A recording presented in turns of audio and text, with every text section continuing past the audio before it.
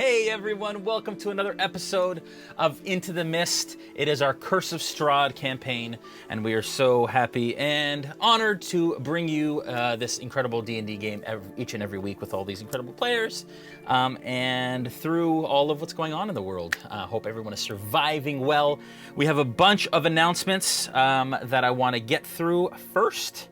And hopefully we'll get through them quite quickly. I think we sorted out our glitchy, slow issue. It looks like I'm okay right now. We will see how it progresses throughout the stream, but I think we are good. First off, I want to thank Dungeons & Dragons, of course, for their sponsorship. Without their sponsorship, we wouldn't be able to do what we do, so thank you so much for that. Week in and week out, we thank you for your continued support. Beetle and Grimm's tonight. They are offering 10% off their Curse of Strahd box for the duration of the episode. So in the chat right now on the RealmSmith Twitch, we are also live on D&D and on Beetle and Grimm, but on the RealmSmith Twitch, you will see a code that you will enter into the Beetle and Grimm's website, and you will be able to get 10% off of their Curse of Strahd box. Check that out and don't miss out. So I want to thank Sirenscape, as usual. Sirenscape is a D&D theme player that we use for everything that we do here at RealmSmith. It's www.sirenscape.com/RealmSmith.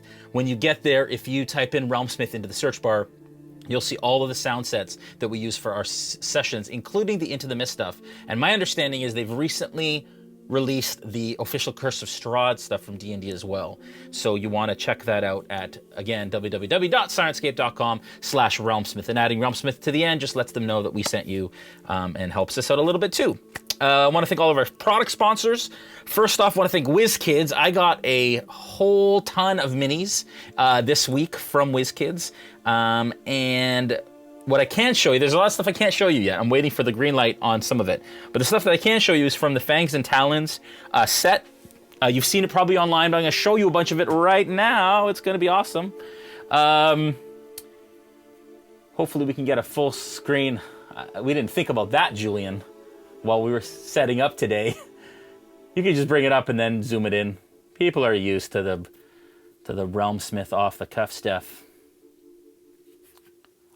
First off, from this angle, while Julian's do that, I'm going to show you the freaking size of this purple worm. It's absolutely massive. We just got this. It comes with the Fangs and Talons set. This is a medium ranger, so you can see the size difference between the regular character. Even better, this is big Sterling compared to the purple worm, so you can see exactly how big that is. Maybe that will show up at some point. But I can show you kind of up close here, because Julian's the bomb. This is the purple worm. He's awesome. The detail is amazing. All the teeth inside and all that stuff is great. We also have an aboleth, which is so fun. We have a new T-Rex, which is different than the mold and the sculpt for the last T-Rex. Very, very cool. What's that? Yeah. And this is a funky dire troll. It's got like a bunch of heads coming out of it, pretty nasty. And then we also have the Kieran. All these mythical creatures that exist within that world. Anyways, really awesome. You'll probably see all of those in the next while on stream. And thank you, of course, for WizKids. Are we facing all of those tonight, Jay? No, not tonight. But maybe a couple of them. At least 5 of those worms, I think, is probably part of the plan. Dwarven Forge, of course, for a lot of the terrain that we use on a weekly basis. Hero Forge, as usual, all of our player character minis are Hero Forge minis that you have seen on the table, including the new Muskoka mini, which you probably won't see much of this week. But it's new, and I'm half painted it too. I love you, Dave, wherever you are. Mithril Armory has a new Kickstarter. It closes on Friday. This coming Friday, check it out. We are going to play a clip, a teaser in the break of their new Christmas ornaments. The link will be in the chat, and you can check it out. You guys have funded, right, Joel? That is correct, Jason. So they have funded successfully. They're awesome. Check them out, and we'll see a lot more about it in the break. And then, of course, D&D Beyond, as usual. They are one of our powered sponsors, and they are an official, and we do have a giveaway from them that I will explain in a short little bit. Want to say hi to the Discord community that's out there. For those of you that don't know, when you subscribe to our Twitch channel, that's twitch.tv/RealmSmith, you get the opportunity to play within our Discord roleplay community. You will see some of that at work in the next couple weeks leading up to the finale. You've seen it at work so far in this campaign, but basically they have a storyline that runs along kind of the same path as our players do in the live stream, and sometimes they intersect. And there's all kinds of quests that our Smith Guardians, specifically Scuba or Steve and Julian run, and I ran one as well. And it's a really amazing, awesome experience. So check that out. Don't miss it. And you'll be excited to see some of the craziness that exists. This is currently Camp Gakus, which is the camp that all of the Vistani camps have come together to build in response to things that were happening in the narrative. Every one of those tents and wagons represent a player who is currently role-playing and active on the Discord. I just found out today that they have a schedule around the clock of people who watch the camp in the towers for random encounters and things that attack the camp. It's pretty insane and exciting, and I love those guys so much. Just so you all know, you need to get your bits figures ready. We have surprise bits expenditure potentially later this episode, so prepare for that. That might very well happen. If you don't know what that is, bits are the economy of Twitch. You can purchase some and then you use them as we say or we see fit within the episode. It helps us to continue to do what we do. It takes resources to do this, and it allows you guys to interact with the game directly. We've done it a lot in the past, and we're excited to do it again tonight. Huge thank you, of course, to the Smith Guardians. They are the elders of the Vistani. They're also our moderators. They're also our quest givers. They're also a lot of things. They do so much thankless work behind the scenes and in front of the scenes, and I love them very much, and thank you for all of that. Extra Life, we actually hit our Extra Life goal of $5,000 so far for the kids. There are some items coming to the party. For those of you that don't know, every time you donate to Extra Life using the RealmSmith account, the players get items in-game when they get to certain milestones. And so they've hit the 2 last milestones. In the break, we may have a Grigori show up in the form of Brandon, Brandon, if you're listening. And we're going to find a way to get Grigori on stream to talk about the fact that we hit our goal. So we're excited about that. We do have merch. You can check it out. There's a widget below our video. I always do that. I don't know why. I have a hard time with it. But yeah, we have hoodies and shirts for both seasons, and that is another way that you can help out the stream. Tomorrow night, behind the screen with myself, we talk about this episode. We talk about what RealmSmith does. We answer your questions. It's a really good opportunity for you to kind of dig in to the way that we do things. I've actually decided that moving forward, I will be kind of digging into my processes, prepping, some terrain building. Tomorrow night, we're going to be building some Hero Forge minis using their new color interface. That'll be a lot of fun to do, and it'll be a nice, fun, interactive experience. Players Table Thursday with Joel, and Joel tends to take clips and kind of dissect them and discuss them and make fun of Dave when he's not there, which is a lot of fun. And then he sings a song, and it's wonderful, so check that out. Nolzers is still on hiatus. We'll still try to figure out what exactly to do with Nolzers. We're working on kind of revamping it, but that is on Sundays. But you can catch all of our back episodes, most of our back episodes, on YouTube as we kind of catch up. We've also been uploading all of our behind the screens to YouTube. So if you want to catch up on behind the screen, I think we have like 8 episodes uploaded, and we're going to continue to be updating them and uploading them in the near future. Another note for our YouTube is you may have seen some videos pop up for the WizKids Vallejo paint line. I had the honor and the privilege to curate a new WizKids Vallejo paint line specifically for their unpainted miniatures and their deep cuts minis.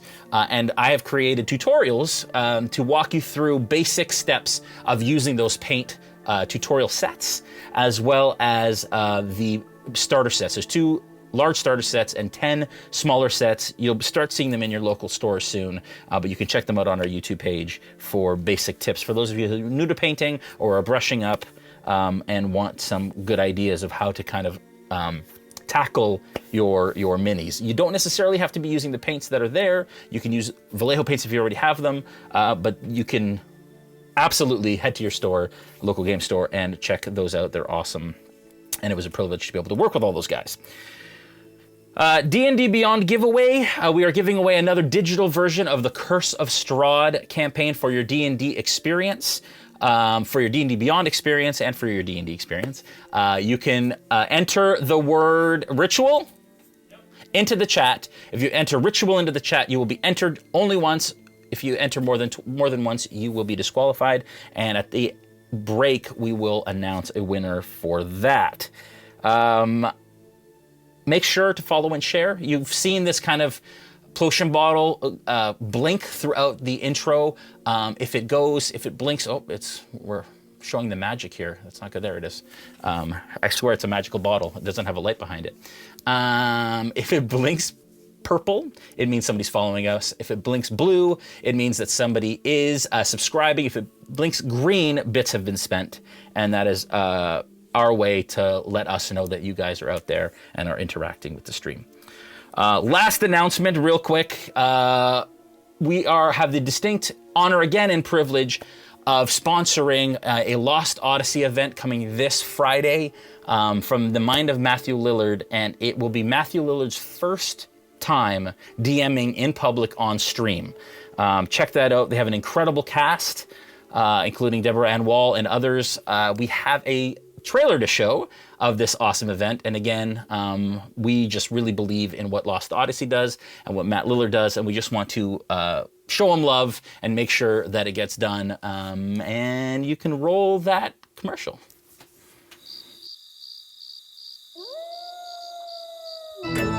Tonight, we rise, we reign, we spread. For evil speak what lie in store. Your fate is sealed, the cards have set. Welcome goblins, welcome ghouls, welcome spirits, wizards, fools. Let's carve a smile into that head. Welcome all to the night of dread.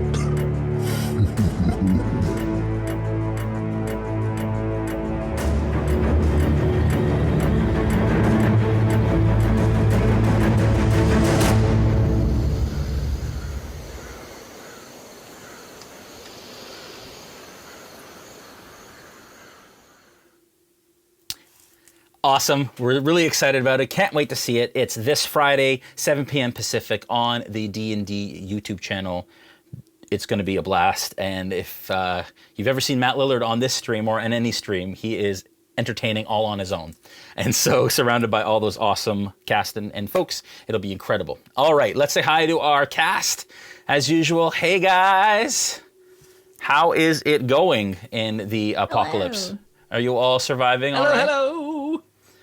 You are currently down a member and are facing, it's not over. It's not done yet. Are you all ready? Yep. Ready. All right, well, let us venture into the mist. Last time around, you guys were at Yesterhill, a mysterious hill, some 400 feet at its peak, on the west end of the realm of Barovia, right next to the curtain that separates this demiplane from the others. You ventured there because the Mardukov family, who you now know are of the Order of the Feather, they asked you to help to do away with some druids and barbarians that had some devious ritualistic plans that they needed you to help to quell. You headed over there, you used Muskoka as bait, and him and an invisible Ezmerelda headed up the hillside and to try and see or try to understand what exactly was going on. When they reached the top, they were ambushed by a ton of druids and a ton of barbarians. and they were all caked with gray makeup head to toe. By the time the rest of the party got there, Ezmerelda was down, Muskoka was down, and Strahd appeared, seemingly bringing some sort of captive wrapped in silver chains on the back of his nightmare. As he offloaded this individual, he was being carried to an effigy that was built by the druids to honor Strahd, it appears, at which point they started a ritual. They started to dance, they started to sing.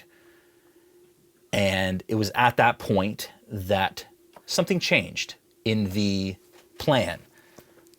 They decided to use Muskoka instead of this individual that was brought by Strahd. Muskoka was They decided to use Muskoka, or you decided to use Muskoka? There really isn't a difference, Joel. I am them, they are me. But our hearts aren't linked. Only our... I don't know what I'm saying. Either way, he was hoisted up onto the effigy and then entangled inside and enveloped within the effigy. The effigy then seemed to fall and break apart, revealing a tree-like creature, a blight of sorts. Much like the smaller blights that you've seen, but of a treant size, some 30 feet tall, green, glowing aura emanating from its eyes and from its mouth. It met Strahd. All of the druids, seemingly unhappy with the result, dispersed. And you were left as this creature started its path northeast, seemingly in the direction of Vallaki and the northern part of Barovia. You are now standing within the circle. You've decided to move forward and follow this thing. I don't think you guys actually started in that direction yet. Is that right? Not yet. Yeah, no. Currently, Falpher is being... Tree. Sorry? Were we checking out this like tree? That's right. Tree in the middle. Oh, that's right. Sorry, yes, that's right. So as you were in the circle, you looked across the expanse of the hill. You saw that there was this black gnarled tree that was on the other side of the hill, which weirdly resembled the roots that held the effigy aloft. These roots then receded once the effigy or the creature had moved on back into the ground. You did see from a distance, and this was Sterling, I believe, saw this, that there was a body, armored body, at the foot of the tree, and there was a shiny weapon of sorts, seemingly an axe, embedded into the trunk of the tree. But you are still some 100 feet from this tree. Around the tree, you do see a number of creatures. You know them as blights, who are kind of walking around this tree. And the trees around surrounding this blackened, scraggly tree are dead near the center and then have more and more foliage as they kind of create the circle of the copse of trees that encapsulates this weird tree. What do you do?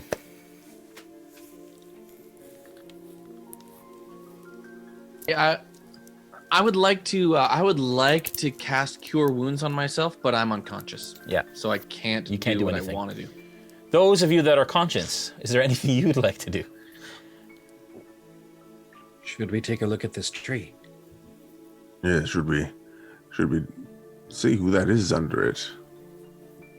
They may have something of use that will help us to help Muskoka. I agree. In any Let's go case, see. it couldn't be any worse than what has already happened. That's true as well. Okay. The creatures surrounding the tree, the tiny creatures, we've seen those, right? Those are just little tiny guys. Yeah, so you've seen a number of different ones. Some seem to be kind of small twig-like creatures.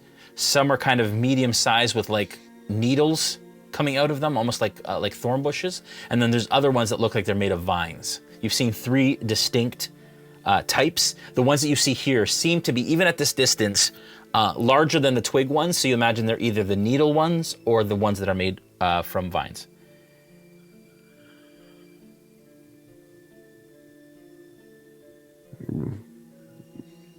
What do you make of those creatures? Do you think we can take them all? At this point, I'm angry enough to try and do it myself. That's what I like to hear. Shall we? Yes. Let's. I just heavy sigh. As I move forward. Wait. Before you start, let's see, we may need help from Falpher. And I'm going to use my last spell slot. Cure Wounds. Okay. Falpher. Okay. Put my hand on him and...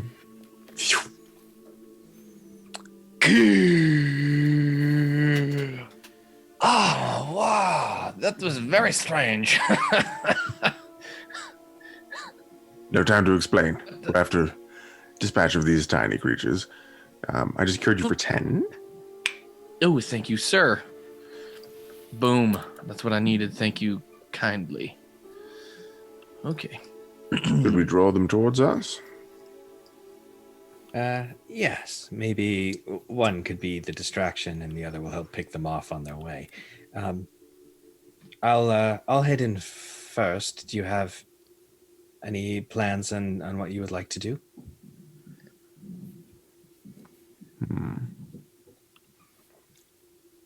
Well, Falpher, would you prefer to be in behind for this?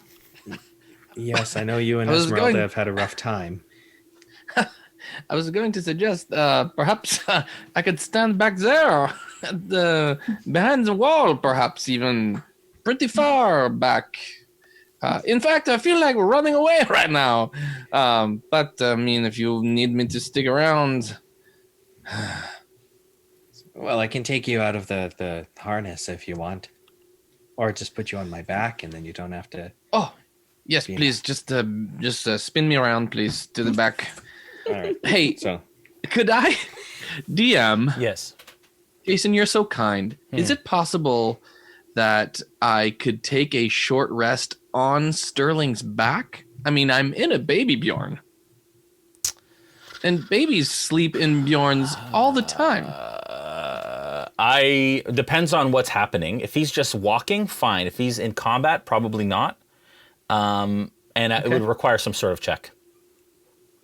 Okay. All right. It's good to know. Because I'm a kind DM. Thank you, sir. Okay, what do you pay do? for that later. So yeah, so if you could, Sterling, just put me behind you. I will see if I could recuperate myself. All right, so I flip you onto my back.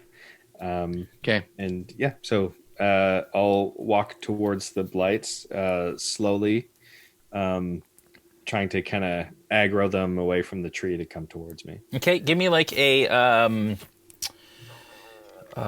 intimidation check, I'd say, as you're trying to kind of like approach them. And I'll help with that. I'll walk with you intimidatingly. okay, give him your intimidation bonus, please. Your bonus? +3. All right, so that's a 15. 15. All right. So as you come out, how close do you want to get? Because I mean, you're some 100 feet away from them at this point. You kind of start to and they're just milling around, not seemingly aggroed at this point. Okay. Can I guess... can I just quickly before you do anything, can I just quickly cast a Cure Wounds 2nd level on myself, please? Yes. Thank you, sir. And how many of them do we see at the moment? You see what appears to be probably like a dozen. Okay. Listen, if it's sorry. okay with you guys. Half a dozen. About 6 of them. Okay. If it's okay with you guys, I'm going to hang back and try to fight them back from here. Because if I get too close, I don't think I'm going to be of any use to any of you. Absolutely. That's not a problem. That's fine. But if I do see that things go sideways, I will come. Don't worry. I promise. Thank you. So hearing this, or whatever. hearing this from Ezmerelda, feeling kind of like I was pointless in the last battle, that it was useless, and she took a lot of damage. I'm going to use my Cure Wounds last 2nd level spot on her as well. So that's 2d8 plus 4 of healing for you, Ezmerelda. Aw, thank you. So go. Sorry, I will roll that for. Oh yeah, that is a 14 points of healing. Ah, thank you. I very much needed that. All right. Okay. As you start to approach, how close do you want to approach, Sterling? I want to just kind of approach loudly and intimidatingly and see if I can draw them away from the tree. Okay, so basically up to the point where you get close enough that they notice you. Yeah, and they start to approach on their own. And if they don't, Yeah. then I'll just go straight up to them and start. Okay, You know. so you get all the way to the outer rim of trees, and there's like 3, not concentric rings, not ordered rings, but kind of the outer kind of full trees that form this copse. And they're not incredibly dense, and they're not close together because you can see the Gulthiest tree, I'll call it the Gulthiest tree, this scraggly black tree through them, clearly in the middle, especially because the trees that are really close to it look like they have died and are just bare. You do notice, though, as you approach this tree, that it appears to have something oozing out of it, some sort of kind of dark liquid that oozes out of parts of it. As soon as you hit that outer ring, they all kind of turn and look at you. Okay. What do you Okay. Come on, kill me! Come get me! Something along those lines. do? Okay. So they don't move. You calling them out, they are not leaving this kind of inner ring of trees. That tree is gross. I'm starting to have second thoughts. No. And you can- there's still more we can Perhaps learn. we just. ahead. Perhaps we just burn it. I mean, maybe if it will burn. I thought maybe there was some good stuff there, the shiny axe and the armor, and Give me a perception check, Sterling. sure. 10. Okay. With a 10, you do see that the creature at the base of the tree is wearing armor, but it looks like kind of beaten, sort of plain, kind of half plate. Okay. It is a skeleton, so this person has been dead for some time. And it looks to be the remains of some sort of human adventurer. The axe that you see appears to be the size of a battle axe. And at this distance, you can see that the handle is quite intricately carved, which looks somewhat like a natural kind of leafy sort of vine texture.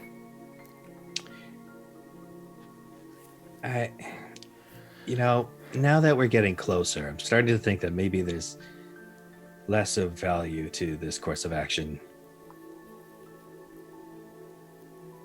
What do you think? Why do you say that, my friend? Well, I see the armor is. I was hoping it was a full plate set that, I would help me to be stronger so that I could stand in front of you guys and take the hits. But the axe and the tree, it looks fancy, but I don't know if there's anything actually. It's more of a battle axe. I don't know if it's gonna help us so much. I'm sure Muskoka would like it, but he'd probably like to have us, try to save him first. Is there no way we can detect if the battle or the axe is magic or something? Not by my skill. Would any of you have that? I can take a look. Would I be able to check that from this distance? Are you with Sterling at this point, or are you still kind of waiting back a little bit?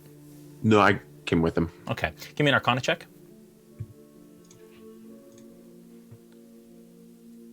9. Okay. With a 9, it's a fancy axe. You don't know if it's magical or not. Can't really tell. Can I It's do that? You've never been good at those. May I try for a moment? Spin me around, Sterling. So now you're on my Okay. front. Can I check, Jay? Yeah, sure. That is 16. Okay. With a 16, it is an intricate axe. It is finely carved. And you know typically weapons of this make, though you can't know for sure if it's magical without some sort of magical means, you know Right. that the more fancy the item, the more chance it has that it's potentially magical. So, and you do see, even at this distance, maybe some inscriptions, but you're not totally sure. Okay. I will say that from here, it seems like that axe could actually be quite valuable. Perhaps we go and do a little bit of further investigation. Do you really Jay, think so? last, well, at least from here. Okay, kind of DM. Last session, there was, you'd said there was on the wind a voice that was beckoning me in a specific direction. Mm-hmm. Is that still influencing my decision making right now? You remember the voice clearly. You felt in the moment incredibly compelled, but there's no evidence of that voice currently. But it was telling you to go west. Okay. But it's not okay, but I don't feel compelled at this moment. I do feel like I can go towards the axe and it wouldn't interfere with my okay. Yeah. Cool. No, I really think, my friends, we should go find a way to get that axe, because perhaps it will save us with the wicker cabinet that our friend is now sucked into the chest of. So are you saying that you'd like to help us dispatch of these tree people? I will help, of course, from a distance if I can. Would you like to get down then? I mean, yes, Sterling, fine. Put me down. I will be far away while you dispatch, with my help, these very small, easy to beat creatures. All right, so I'll pick you up like a toddler and put you down. Okay, because I am like a toddler. So You're toddler-esque. Toddlish. toddler-esque. Okay. All right, so I guess we're continuing forward. You got our back. Okay. Yep. Approach slowly. I don't Yeah. trust. And I'll draw both my my hand crossbows. Okay. What is your marching order? I'll be up front, shield out, magic longsword at the ready. Okay. Next. I'll be like just one step behind him. Okay. Falpher I will be last. and Ezmerelda. I'm probably going to be about 60 feet or so behind. Okay. So you're I'm Yeah. back there. Yeah, you're And back like occasionally halfway just between. peeking my head across. Yeah, you're halfway to the circle basically. Yeah. Okay, all right. You take a few steps into the copse of trees, and as you do, you see them start to kind of like lower a little bit and take like a defensive stance. The closer you get, the more threatened they seem to be. Okay. Are we still on this course of action, Dmitri? Is this a good idea? I'm a little nervous. Should we fire a shot from a distance first and maybe draw them out? I mean, I tried to yell at them and that didn't work. So, yeah, Maybe okay. they don't respond to our language. I could perhaps throw one of my arrows in there. Yes, try it. Okay. So I'll shoot one of my arrows into the middle of these creatures. And you're attempting to kind of shoot it, not to hit one of them, right? That's right. I just kind of want to see. I want to avoid hitting one. Okay. Attack roll. I'm trying to gauge their reaction. Attack Yes. roll, please. Attack roll. Yep. Okay. That is a because have awesome actions with bows and arrows. I will do. So that's a 22. Yeah, with a 22, it goes exactly where you planned it to. And the ones that are around it kind of watch it and go to the ground, and then they kind of turn around and they look at you again. They don't seem to want to move from where they currently are. So they're all just stopped and they're staring at us. Yes. And at this point, you're probably, I'd say, about 20 feet from the tree. And they're about 5 to 10 feet out in sort of kind of, not a line, but kind of a semicircle around the tree, facing you. Okay. So they're 10 feet away? Yeah. Okay. Sterling. Pretty close. Yeah. I'm kind of looking over at the guys Sterling. like, what are we doing? I have an idea. If we keep their attention in this direction, maybe Falpher can go around undetected? Maybe, but how do we shout that to him without them hearing? Well, I'll go tell him. All right. I'm just going to stand right here. All right, I'll walk backwards, and then I'll reach Falpher. Falpher, what do you think of this plan? Say, Sterling and I distract them from this side, and you sneak around undetected. Perhaps you'd be able to get through without even starting any sort of trouble at all. Bran. Yes, I like it. Let the little one get by without the notice. Okay. Exactly. So I will. But Dmitri, one thing. You must make sure, promise me, that you will keep their attention, because I do not want to die. And so I'll just leave, and I'll go around trying to avoid their attention, Jay, trying to sneak around. Okay, so to speak. so you got to basically, like, you back out of the copse, and you kind of block line of sight. You go around a tree. I'd like you to roll a stealth check, please. Okay. Oh, that should be enough, right? That's a 10. Okay. All right. You kind of get behind a tree, and you start to kind of like slink. And I mean, you think you're doing okay. It looks like they're kind of focused on, but you're not sure. Okay. Cool. Okay. How far around do you want to go? I want to go as far as I can to get to the opposite side of where they are. Okay. So at this point, you're able to get like halfway. Sterling and Dmitri, what do you do? Yeah, so while he's sneaking, I'll just work my way back up to Sterling, and I'll kind of sidestep in the other direction just a little bit. Okay. So that to pull their attention.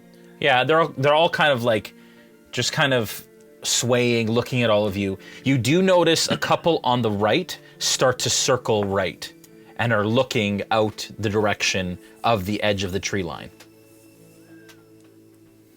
Okay. I'm going to start walking forward casually. Okay. And if they make any aggressive action to try and attack me, I'll take it from there. Okay. You take a step forward, and you notice that at this point, you've stepped into the area of what we'll call the dead zone.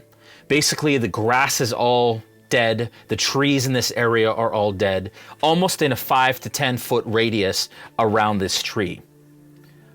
Immediately, they kind of tense up, and you see them tense. And you look quickly up to the tree, and you recognize or you realize that what's oozing like sap out of the tree appears to be blood. And the color, the deep crimson of blood. At this point, all of them kind of bring their arms out to either side and then basically shoot their chests out as a volley of needles fires in your direction. I'd like you all to roll initiative, please. Yay. A volley of needles. That makes it sound dangerous. Is this dangerous? Because It might be a little dangerous. I don't know. I'm thinking maybe. this wasn't supposed to be a danger game, right? It's just, I mean, Ask wasn't this the Muskoka. Christmas stream? Oh no. Oh man. Okay. You said roll for initiatives. What you Yes, said, I sure right? did. I think those were the words you used. Okay, 21 for me. No, sorry, that's a 19. 19 for me. Okay, Sterling. 7. Dmitri. 17. Ezmerelda. 22. Okay. All right, Sterling and Dmitri. I wrote down your armor classes and I lost them. Armor class Sterling is 20. Yeah, because shields up. Dmitri? So 20. Mine is 18.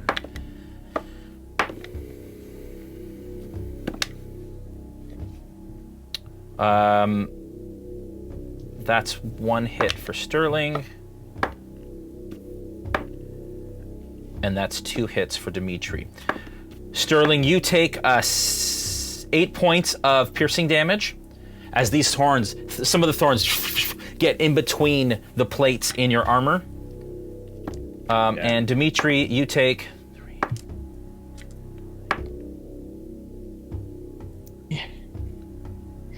11 points of piercing damage as the needles into the front of your torso. Falpher, From my vantage point, go ahead. Jay, do I see that from my vantage point? You hear it, where I and am? yeah, you hear it, and you see this spray of needles kind of shower Sterling and Dmitri. Ezmerelda, at this distance, you can see that happen too. Okay.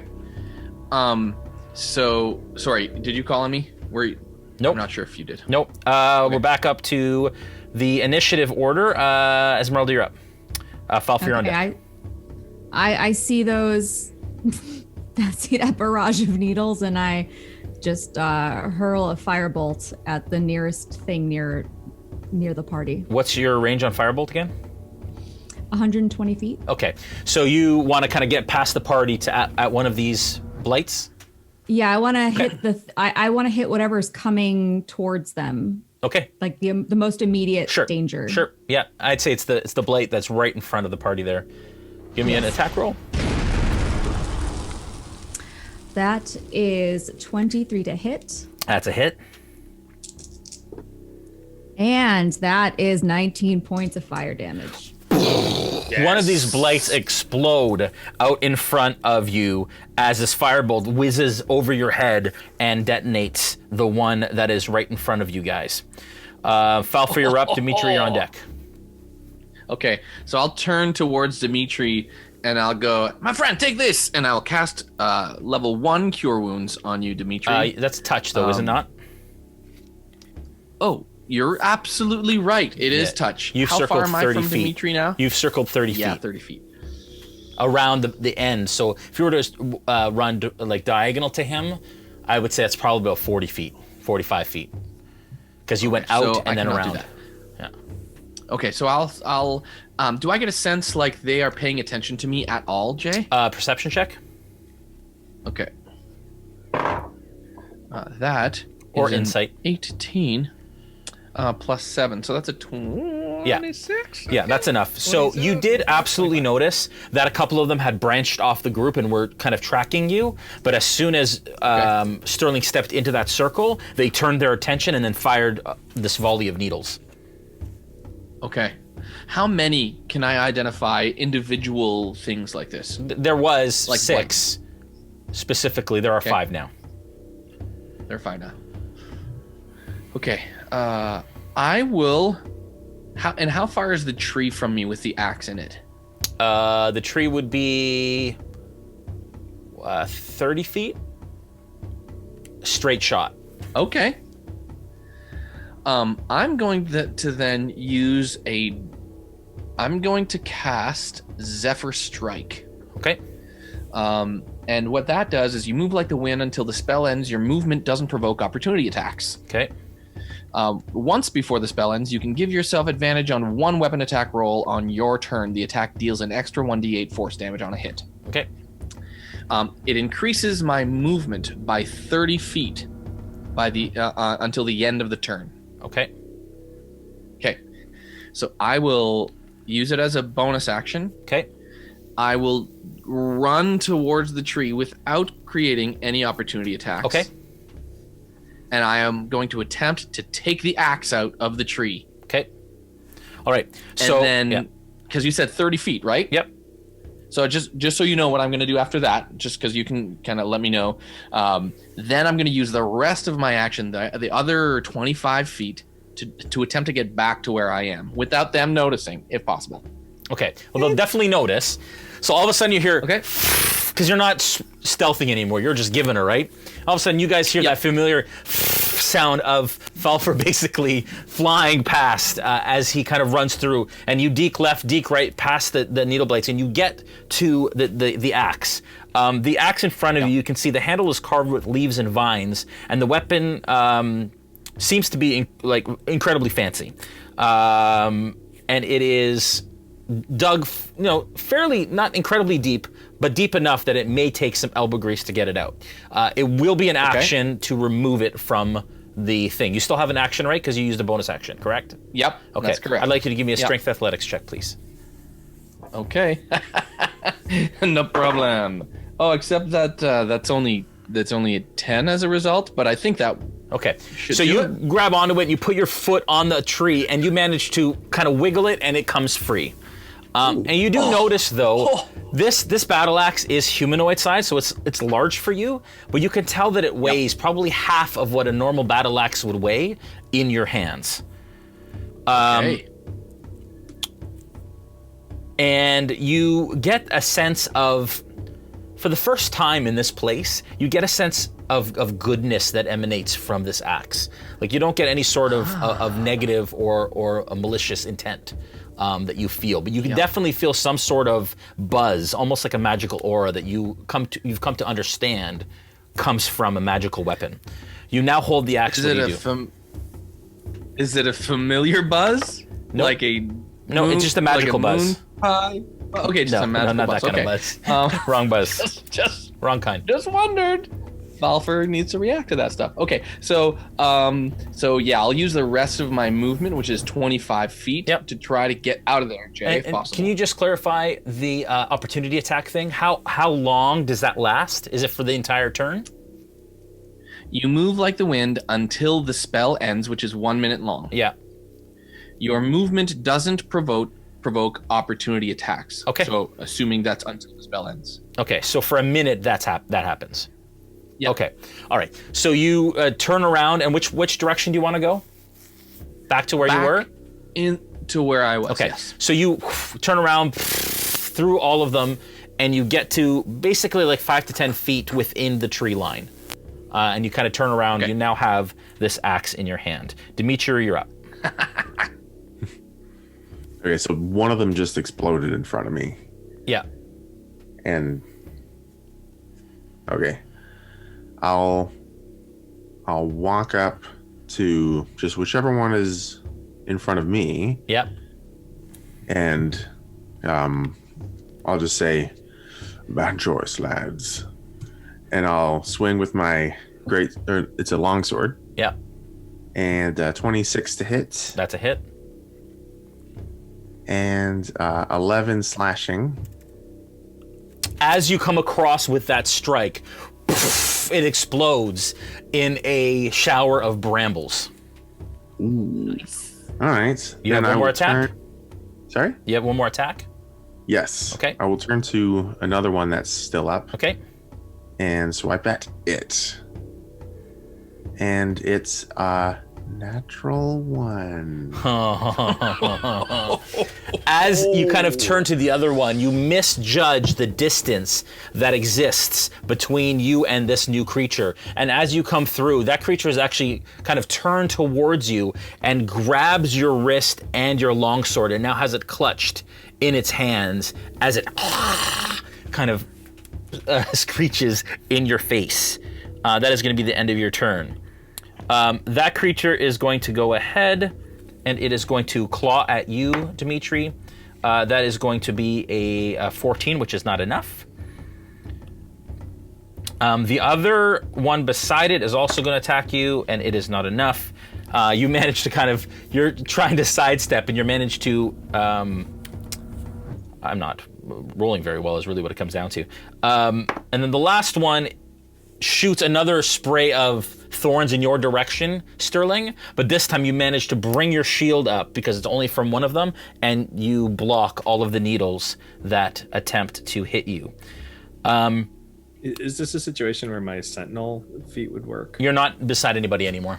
What is it, 5 feet?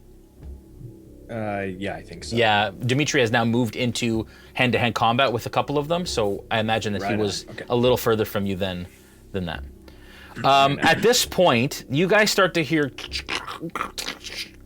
kind of cricks and the sound of almost like undergrowth and foliage shifting. And Ezmerelda, from your vision, you see brambles that existed around the base of these trees starting to come to life. As what you think might be a dozen of these twig blights, the ones that you saw before, start to rise up from behind the party. You guys also see this happening around you. Falpher, around your feet, you start seeing these twig creatures come to life and animate. 4 of them are going to head in your direction, Falpher. Okay. What's your armor class again? 15. Okay, that is going to be 2 manage to claw at you. So as they come up, you start to kind of sidestep as 4 of them attack you, and you manage to sidestep 2 of them. But you get hit with... You're lucky. 4 points of piercing damage as their claws kind of slash at your... And you're basically like the same size as these guys. So it's kind of an eye-to-eye sort of confrontation. I don't want to hurt you. Just let me go. And I'm gonna yell out to the rest of the party just in that response. I'm gonna say, let's disengage and go save our friend. Okay. That said, the other 4 are going to attack Dmitri. Oh, sorry, Dmitri. 2 manage to attack as they kind of start to close in on your... Oh, I'm not rolling well in this D4. You're lucky. 7 points of damage as they start to claw at your legs and feet. 4 of them close in on you, Sterling. Mm-hmm.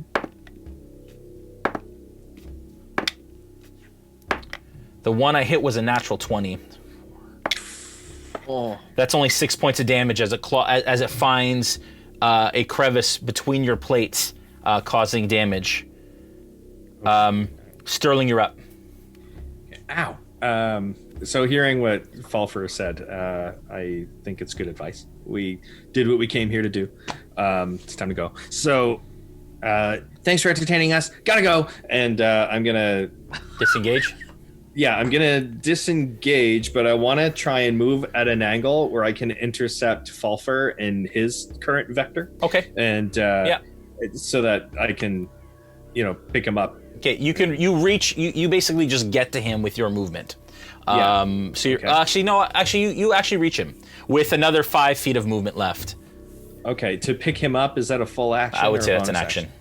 An action? Okay, so I pick him up with my action. Well, you used to disengage as an action. Oh, but I'm not within 5 feet of them. No, the blights came and they attacked you. Oh, that's true. Okay, so forgive me then. Yeah, I'll disengage. I'll run up to Falpher and I'll be beside him. Okay.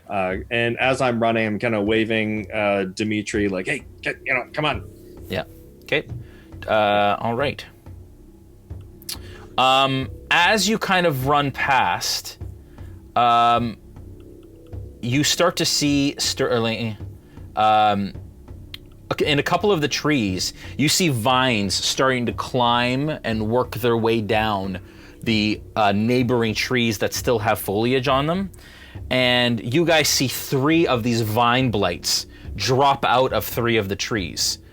And one of them, you running by, kind of chases you, Sterling, and is going to attack. That's a 23. That's a hit. Sorry, 1 sec. Sorry, 24. Oh, 12 points of damage. Okay. As a vine tries to ensnare you, and on a hit, you are grappled. And as you're kind of running, these vines, you see, Falpher, you see these vines wrap around Sterling and stop him in his tracks. You are currently restrained and grappled until your turn, Sterling. Okay, and bloodied too. And bloodied. What? Another one looks at you, Dmitri, and reaches its hand out towards the ground where you're standing, and you see grasping roots and vines start to sprout in a 15-foot radius. No, I'm lying. He can't do that. I'm sorry. He chases at you, and he's going to try to attack as he comes into... and that is not enough with a 17. You're 18, right? Yes. Yeah, as these vines come out, you manage to deflect them with your longsword. And Nice. Falpher, one is coming after you and is going to miss with its vines. Yeah. But you are now within striking Yes, it distance did. of these three. Sorry. Ezmerelda, you're up. Falpher, you're on deck. I just shout, I just want one self-care day where nothing's trying to kill us. And like, and not wanting to hit Sterling, Yeah. I'm going to cast Firebolt on the vine blight that's near Dmitri, hoping Okay. that Dmitri can go over and free him. Okay. And I rolled, that's a 25 to hit, That is a hit. and 11 points of fire Okay. damage. And this firebolt smashes right beside you, Dmitri, into this vine creature, and you see, dead, scorched vines fly off it as it is very hurt, but still standing and quite resilient. Do you want to move at all, Ezmerelda? How far am I at this point? You're still from 60 now? feet from the tree, so you're some 40 feet from the action. I think I'll move up like 20 feet. Okay. All right, Falpher, you're up. Dmitri, on deck. Okay, so how many of these little suckers are there? Oh man, there's a dozen of the twig blights. There are still 4 of the needle blights, and there are 3 of these vine blights. Okay. I'm very close to Sterling, having been grappled, and he Yeah. kind of he vectored to me. Yeah. So so I'm going to cast Cure Wounds on him, Yeah. and try to regain some of his hit points, and then use. Okay, so I do need to understand Zephyr Strike appropriately here for my turn and speed. Did I used up all my speed in my last Yeah. turn, didn't I? Okay, Yeah. that's what I thought. Okay, so I'll Cure Wounds on Sterling. Okay. Yep. You wanna So that's roll that? 1d8 plus 4. I'll do that right now. Okay. That's 8 points of healing for you, Sterling. Okay. Thank you. Dmitri, you're up. All right. I'm going to disengage. Okay. All right. And as you start to disengage, you try and find a distance, but you are currently surrounded. So even though you're not getting opportunity attacks, I don't even know if you can. I'm gonna give me an acrobatics check to try and, because some of these guys are a lot shorter. And so to be able to kind of jump over them and stuff, I'm gonna give me an acrobatics check and see if you can kind of sidestep them. I know dexterity isn't your strong suit. 7. Okay. With a 7, I'm gonna say that you kind of, that you manage to move half your distance. And so what's your full distance? So 15 feet? I'm going to treat it like difficult terrain. And so I'd say that you kind of are able to move over them and around them and get free, but you've only moved 15 feet at this point. Wow. Okay. Okay, so basically just to the other side of this big group of creatures. All right. Okay, and that was disengaging. That was to be able to do disengaging. that. Yeah. I just cut your movement down because of the fact that you're surrounded. You shouldn't have been able to move, but I figured because they're so short that you can maybe even like try and sidestep and jump over them. Okay. Those 4 remaining blights, as you are running, unleash another volley of these needles.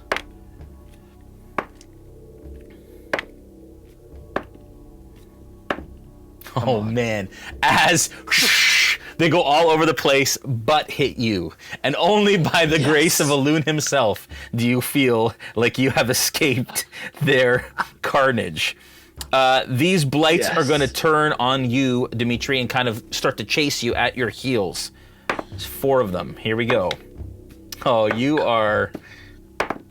Elune has shown you favor as you feel this gnashing kind of at the back of your armor as you continue to sidestep and move. As you're still wearing this plate armor, is that right?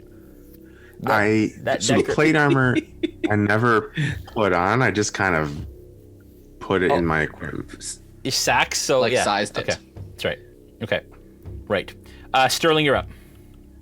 All right, so I'm still grappled. Oh wait, sorry. No, you're not. No, you're not. I'm sorry. There are blights around you guys, twig blights. So they're gonna. 2 of them are gonna attack Falpher. Falpher, you're. Oh, that's a natural 20. Falpher, your armor class again. Sorry. 15. 15. So one of them hits you. That is going to be 8 points of piercing damage. Yeesh. As the claws dig into your back, and then Sterling, you're still that was all 4 of them attacked Falpher. Sterling, you're up. All right, so I'm grappled, which means I have no movement, but I can still fight the thing in front of me, right? Well, you can give me an action to try and break the grapple. But I could still attack it anyway, right? Because it just stops me from moving. Correct. Okay, so I'd rather use my action to try and kill it. So, okay, so that's a 21 and a 19 to hit. You have disadvantage on attacks though, as a restrained creature. Right. Okay. You know what? I'll just use my action to try and break out then. Okay. So, I'm gonna try to break free. Yeah, athletics. That's athletics, which is a dirty 20. Yep, you managed to break the vines with ease. Okay. I'm. Oh man. I want Falpher to be in the harness, but I can't pick him up because I don't have the action. Yeah. Okay. What else can I even do? Do I just stay here with you, Falpher? Man. Okay. So I'm going to move 25 feet. And because Falpher's movement I know is a little bit slower, and I want him to be able to keep up. So I'm going to move 25 feet instead of 30. Okay.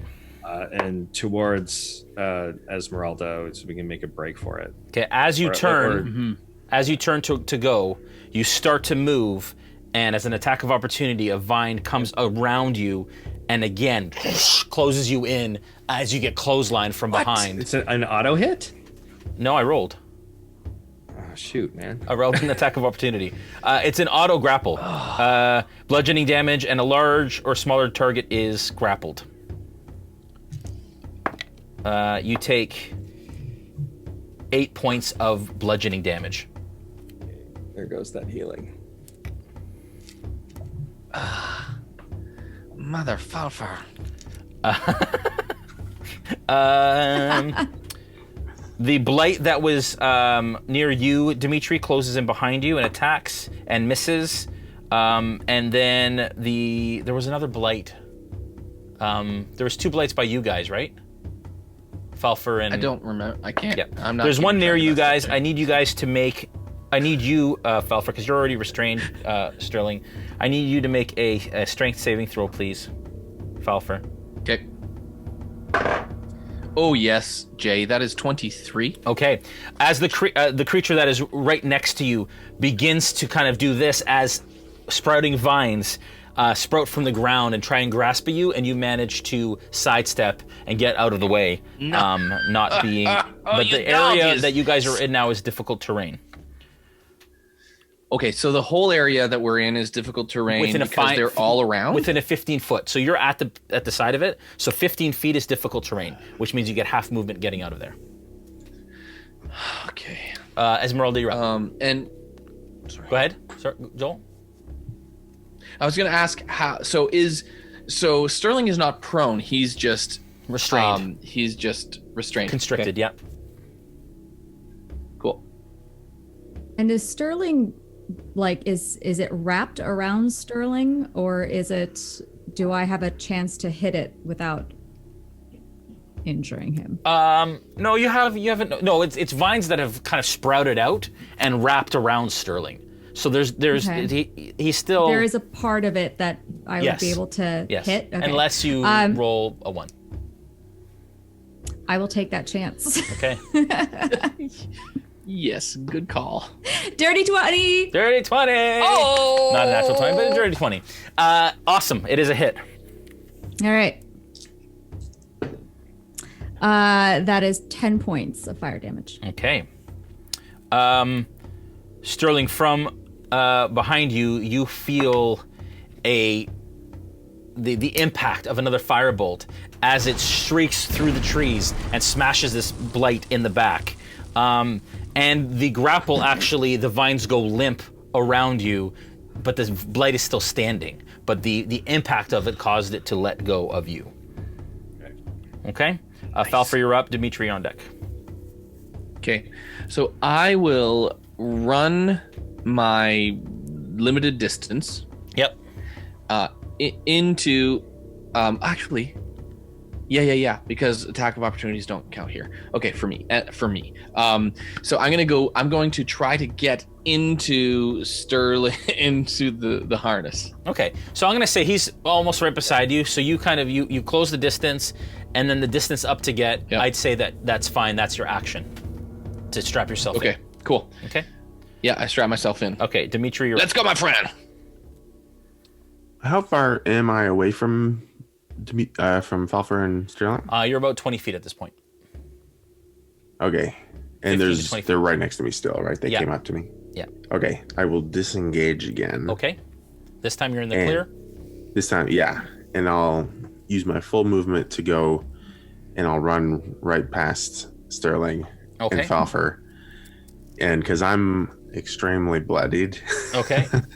I'll say, we should probably head for cover or something. As I kind of just get ahead of him a little bit. All right. And in your injured state, you make it to the edge of the tree line, and now you are on the other side of the tree line, just outside the outer tree line. Okay. Okay. The needle blights do not take chase, but turn their attention towards Dmitri, Falpher and Sterling, and again unleash a volley of needles.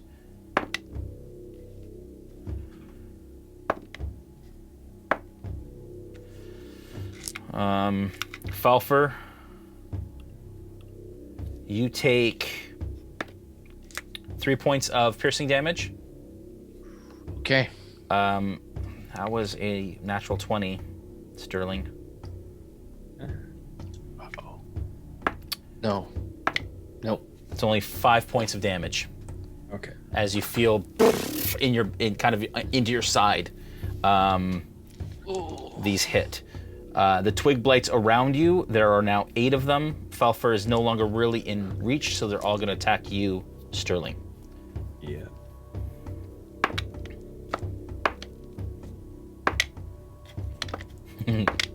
That 20, I tell you. 1. I did ask Josh and Julian to swap those dice out. You did. You It didn't did. work. No. You were taking 4 points of piercing damage from all of that. As they start to kind of clamber onto you and stick their claws in between some of the plates in your armor. Thank Alun for that. Okay. You're up, right. Sterling. Yeah. So Falpher's in the thing. Yep. And there's a whole bunch within range right now for opportunity attack if I just bolt, right? They're at your back though. They haven't really surrounded you because you ran out and then got stopped. Yeah. They're all kind of behind you, so you could disengage and run straight if you wanted to. But I do have to disengage though, so I wouldn't be able to dash without getting. Yeah, that vine blade is right at you. Yeah. I'll disengage and run my 30 feet. Okay. With your 30 feet though, because you guys were already close to the tree line, within 10 feet, you're you're within the square. So it would take 25 feet to get to the tree line. As soon as you hit that tree line though, you start to see the blights begin to recede. They begin to back off. Some of the twig blights begin to kind of go back into their natural form in kind of the undergrowth. And you are now out of initiative, and you have survived the encounter. I really, really hope that Muskoka likes this present. If we can save him. Or perhaps it's something we can use to cut him out of the tree creature. That would be nice. And I found Are you able to discern anything more from it now that you've had your hands on it? Let me look at it a little bit longer. So I'll pull out the. But first, my friends, you all look like you took quite a beating. So I will use a little bit of my cure wounds on you both, huh? So I will use my last 2 spell slots to do cure wounds on Dmitri and on Sterling. Okay. So that will be for you, Sterling, it's 6 points of healing, and for you, Dmitri, it's 9 points of healing. Okay. Thank you. All right. You all stop for a moment to kind of lick your wounds. Is there anything you want to do before you move on?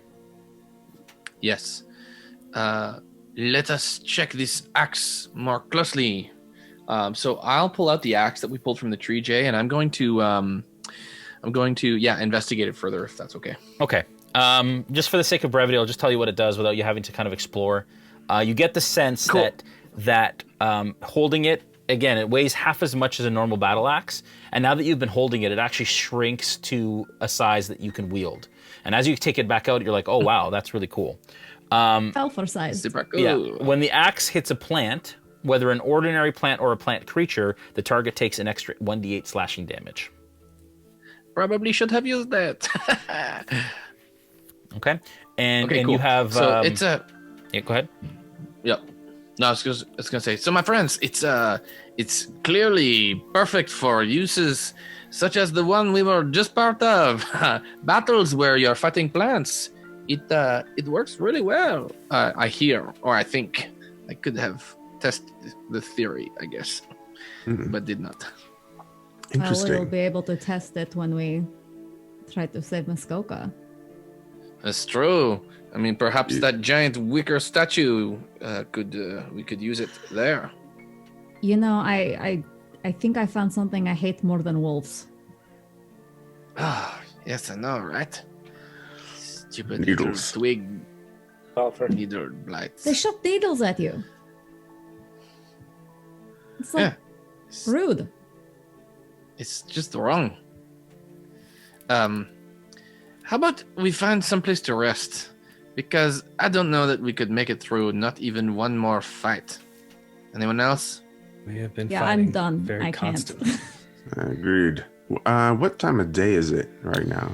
That's a good question. When did you guys head out here? I'm having a hard time recalling. I think it was... It's 9 o'clock. It was morning, wasn't it? 9 o'clock. Yeah. I believe it was morning. Let me think. You headed here from Vallaki, did you not? No, we headed from the tower, Right, from the tower. the Mad Mage's tower. Oh, that's right. Yeah. One tragedy after. Yeah, the and you next. guys had a long rest. Yeah, it's the morning. So it's the equivalent of about noon. Okay. How long should we rest? Just as short as possible. We need to try and pursue this beast. Yes. I agree. Not very long. Yeah, as much as I would like to rest longer, I don't think we have that much time. The longer we leave Muskoka there, less chance we have of. Agreed. We'll make it as quick as possible. Yes. Yes, let us do it. Okay. We take a short rest. Where are you Okay. resting? Right here? No, someplace safer. Okay. Like we'll start heading in that direction. Find a place that we believe to be. As you start to kind of approach the circle, the druid circle, again, lightning continues to hit this circle at various times, but it does seem like it's actually quite quiet. It does seem like there isn't anybody around as you kind of pass. It's actually eerie in a way. As you start to pass, are you passing through the circle? Are you passing around it? What's your intention? I'm assuming around it so we can kind of skirt the edge of where danger has been. Okay, left or right? I'm making bad decisions, everyone. How about you guys decide left or right? Left. I feel like All right. I was fixing bad decisions with worse decisions. As you start to head left, once again, a voice carried on the wind, Falpher, says, "You keep me waiting. You are one I'm that not is worthy. keeping- Are you not? listen. Okay, but who are you? My spear hungers for blood. Retrieve it, and we will rule these mountains in my stead, just like the mighty warriors from the early days of the Whispering Wall." And that is where we're going to take a break. But what's your name? Too bad. Break time! All right, so we're going to take a quick break. We have some things really quick. I forgot to say that this Friday is part 1 of the finale of Into the Mist for the season. That is All Hallows Eve. And it's going to be terrifying, really, is the only way that we can put it. So watch it, tune in. It's our usual scheduled time. And it happens just before the Matt Lillard Lost Odyssey game. So you can watch ours and then flip over and watch that one on the D&D YouTube channel. It's going to be awesome. It's going to be great. We have a couple videos we're going to show you now. One of them is the Lost Odyssey trailer again, the Mithril Armory Crit Miss Ornaments commercial, and then our new channel trailer, which I've added to the mix. We'll come back. I don't think we're going to do a lot of questions. We'll hear from Grigori real quick. No questions, actually. Hear from Grigori real quick, and then we'll jump right in because there's still lots to go, guys. Awesome. We'll see you guys in a little bit. Yeah.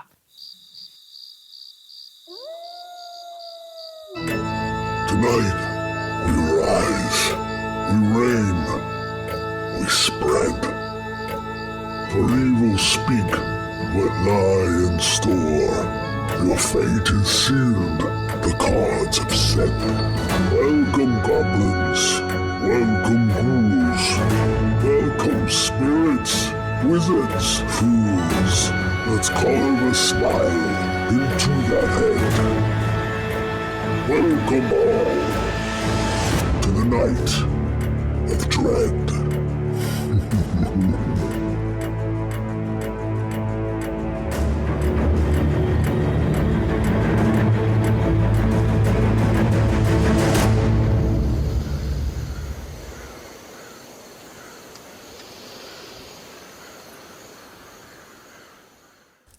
The Night Before Christmas, a poem by M.R. Murray.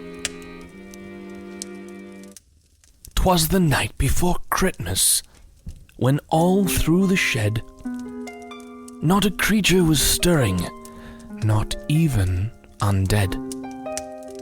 2 onesies were worn by the fire so bright, both dreaming of battles that waged through the night. When all of a sudden there arose such a clatter that our 2 flannel champions woke to see what's the matter.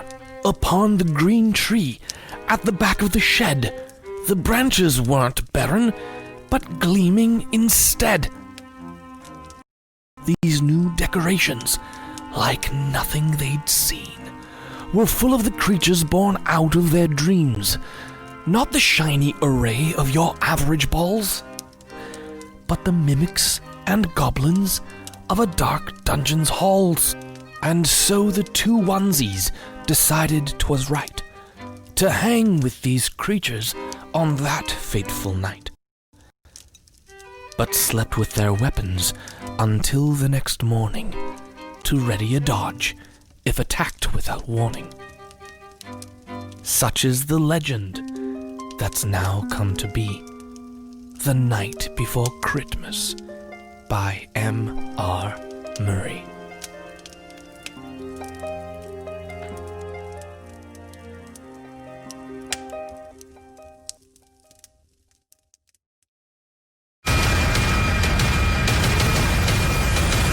What does your wandering eye seek? Can I touch it? Take this miniature and I'm going to spray it with a matte varnish. Things that you've done in your career. Lucasfilm, Uncanny X-Men, X-Men Gold. Basically a column of smoke where your wagon used to be.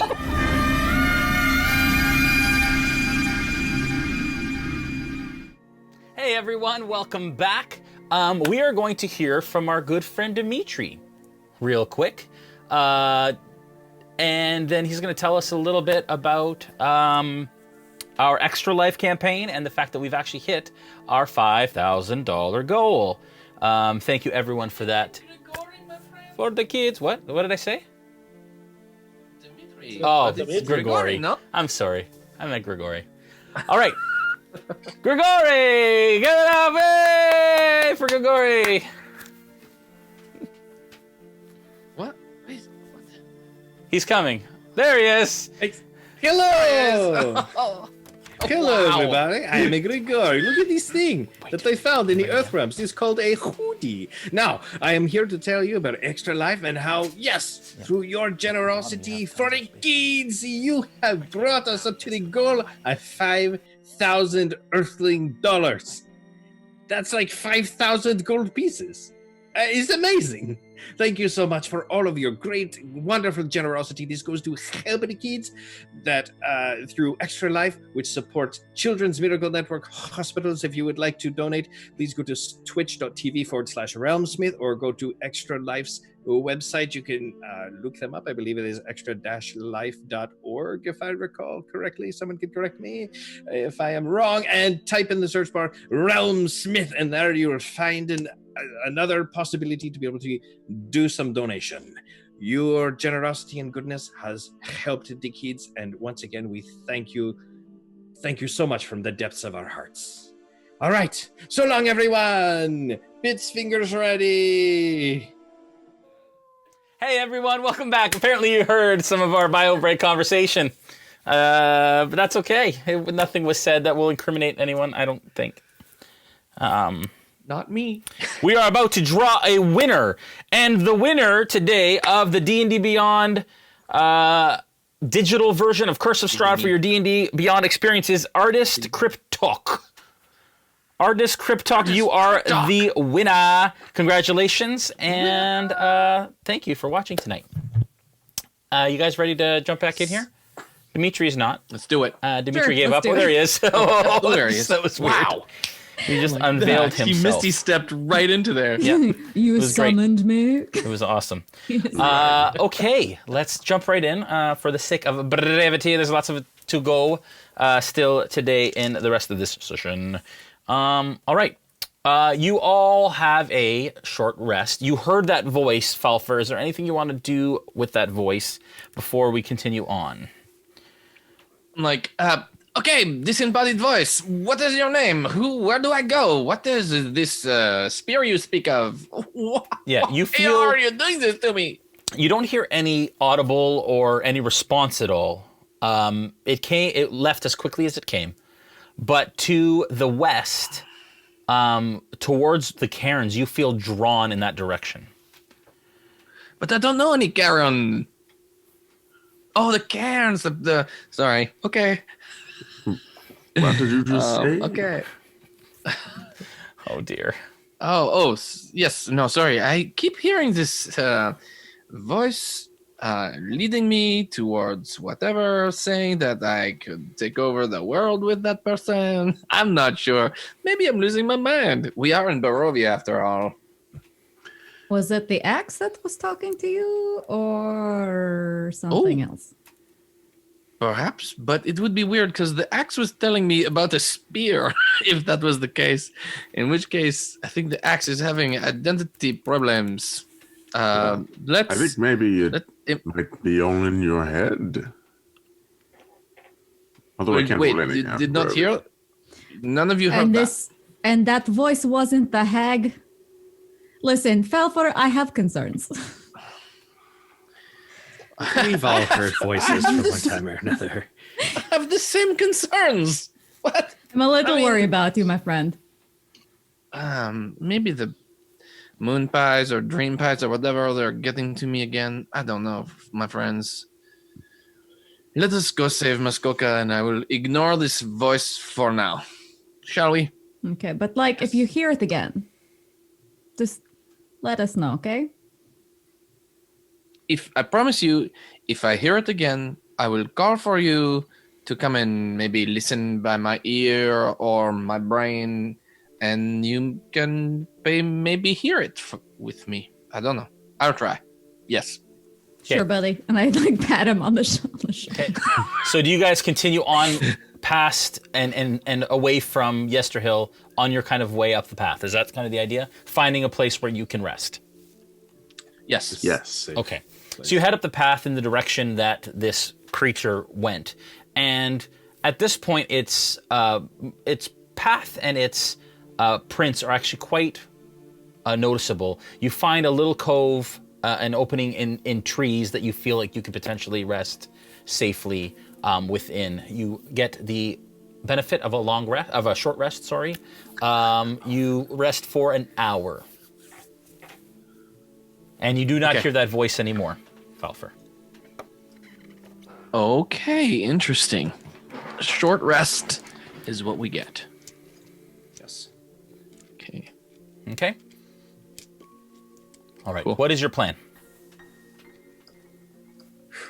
The healing didn't help me very much. So I'm going to use a second wind to help add a little healing to me. Remember, you can use hit dice, all of them, if you need to, if you want to.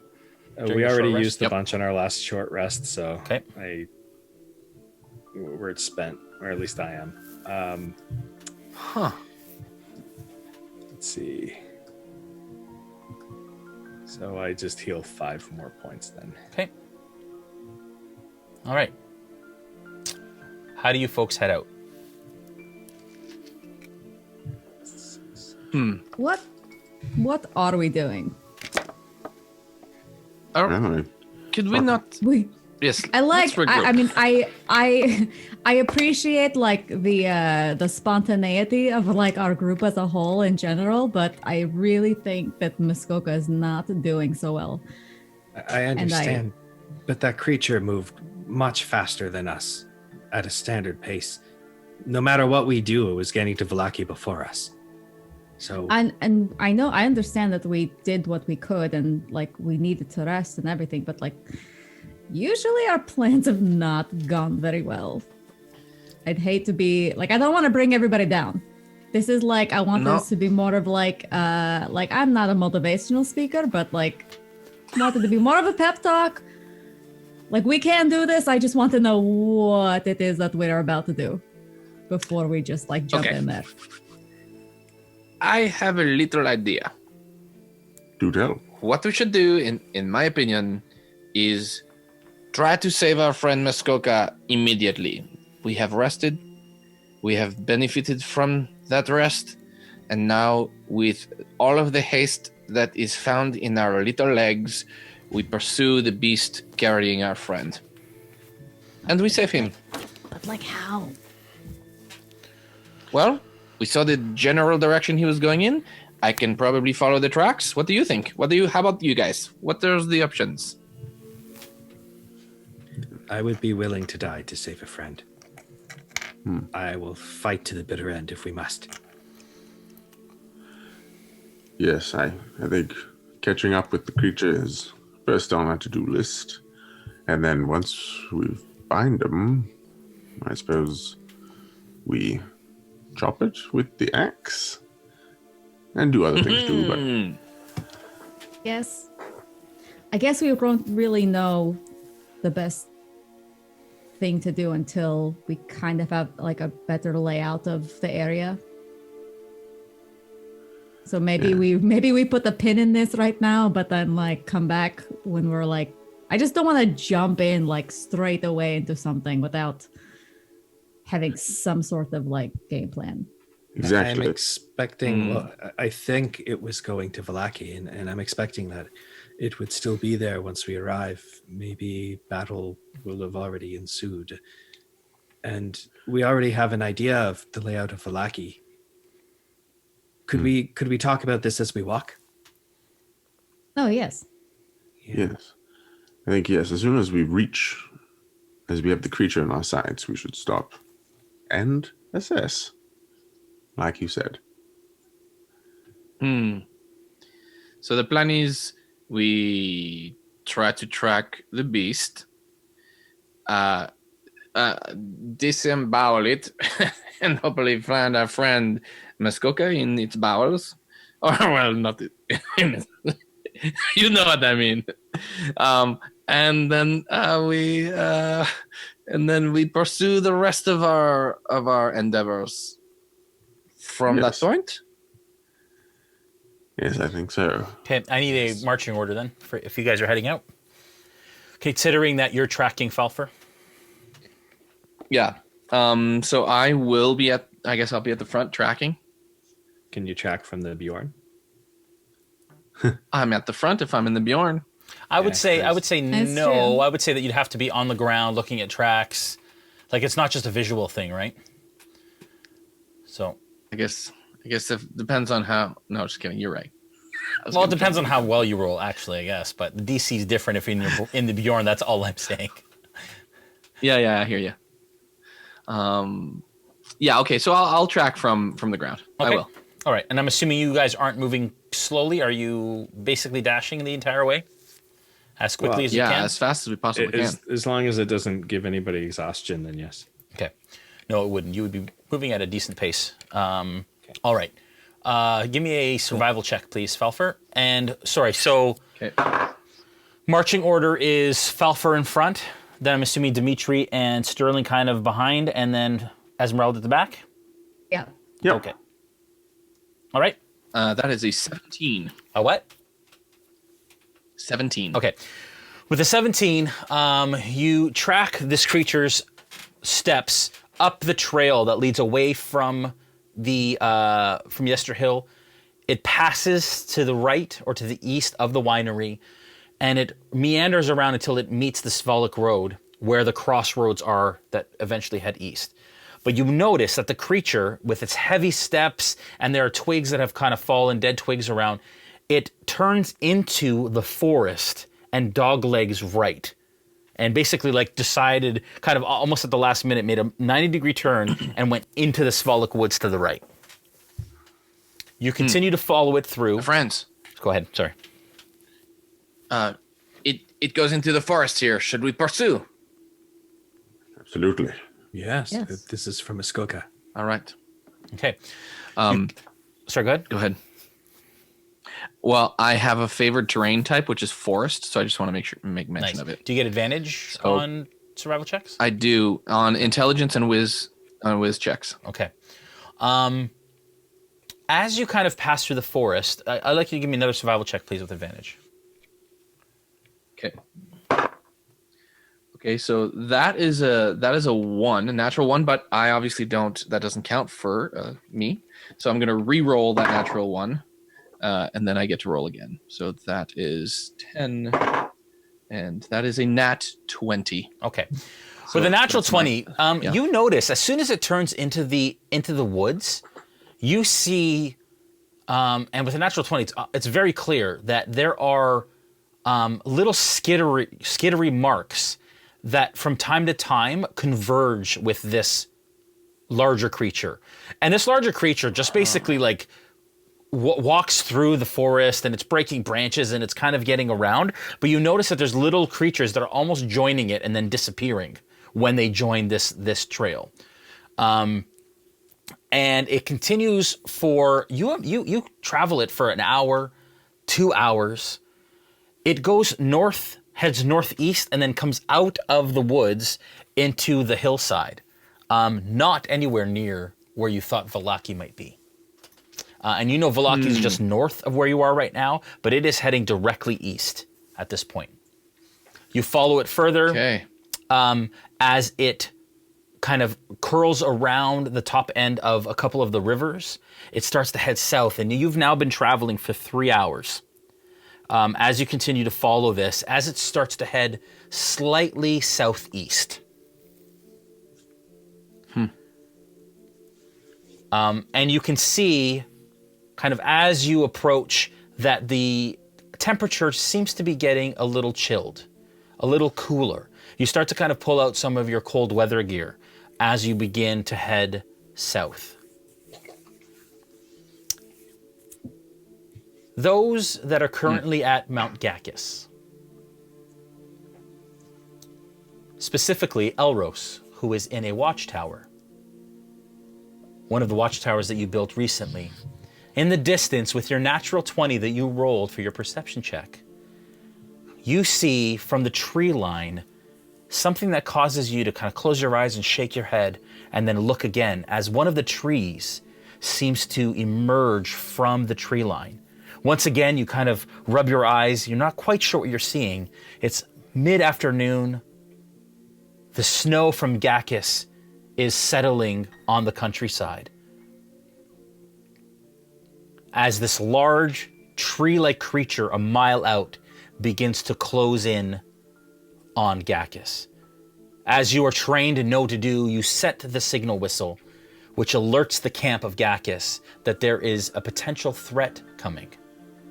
At this point, I would like to invite the elders from Mount Gakus and the camp that surrounds Mount Gakus to our stream with us. Yes! Yes! Currently, we have our 5 elders joining us via Zoom.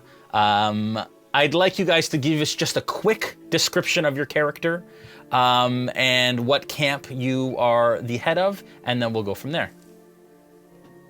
Let's start with Hillary. Oh, I play Elder Wattleby, the elder in charge of Camp Wattleby, and I am a halfling draconic bloodline sorcerer. All right, Steve, you're up. All right, I am playing Tamazar, a level 8 cleric dwarf, who's the patron of Clan Tamazar. Shad? Hi, I am Elder Ludari. I am a drow rogue, and obviously I am in charge of Camp Ludari. Okay. I'm going to say, there's 2 Johns, so we're going to say US John. I'm playing Jardani Goril, Elder of Clan Goril, a human vengeance paladin. Awesome. And UK John. Hello there, I'm Elder Sidifar. I'm heading up Camp Barbanegra, and since the last time you saw me, I've changed a little bit. I'm now currently a large bear wearing armor. All right. You all hear the signal whistle go off, which signals a potential oncoming threat. At this point, you look to the northernmost tower as Elros, correct? Signals from above that she sees something in the distance. As you approach, you all climb the tower, and what you see is this large 30-foot creature with glowing green eyes and green light spilling from its mouth, approaching a mile from the camp. And through the hills, because it's kind of a downward slope, you see it in the distance. What do you do? That's not good. I just start getting all of my clan members. All the clamped arms. Yep. Blowing the whistles like crazy. Okay. And they begin to muster and gather their weapons as you have experienced many times before, and at this point is a well-oiled machine of sorts. The creature is still a mile out, too far for any sort of attack at this point. But as it starts to get within range, we'll come back. At this point, those of you that are at home watching, and those of you that are on the Discord currently, will have an opportunity to attack this creature as it approaches the walls. And as it approaches the walls, you will be spending bits, as I'm slowing down again, I think, from all the Zoom windows. You will, as you're approaching the walls, you'll be able to attack it. So every 100 bits that you spend, not yet, when you are kind of told to by the elders of your clan, will go towards a 1d6 amount of damage towards this creature. We'll call it out. Those of you that are home that aren't part of a clan, whatever clan you want to support, you can do that. And that's how we'll kind of do damage and combat moving forward on the Vistani side. Yes, Joel? Jason, what are the chances that this party would survive Barovia without the help of the folks on the Discord? Probably the same chances that Muskoka has of surviving after you guys took like an hour to do what you just did. Yeah, did you see the last episode and a half? Fair enough. You're not doing good. Yeah, not so good. But we'll see. We'll see how this goes. All right, so Vistani, Camp Gakus, you do see, as this creature approaches, you see that it is being joined by all these little creatures who are kind of coming out of the wilderness and clambering up along it, almost building a carapace of armor, almost kind of doubling in size as it continues in your direction. You know these as blights. You know that there are vine blights, needle blights, twig blights, and they're climbing up this creature, creating kind of a thicker, tougher skin as it begins to approach. You wait as it comes.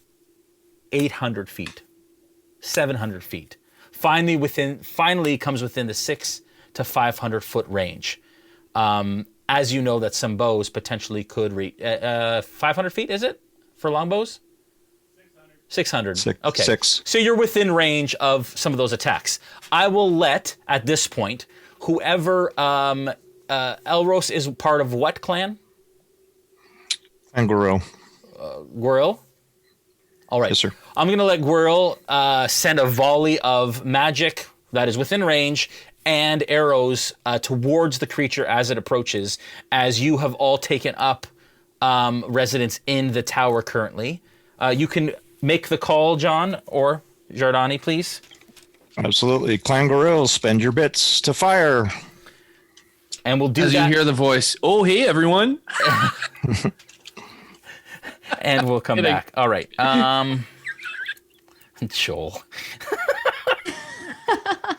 All right. Okay, let me just... All right, back to the party. You continue to follow this trail.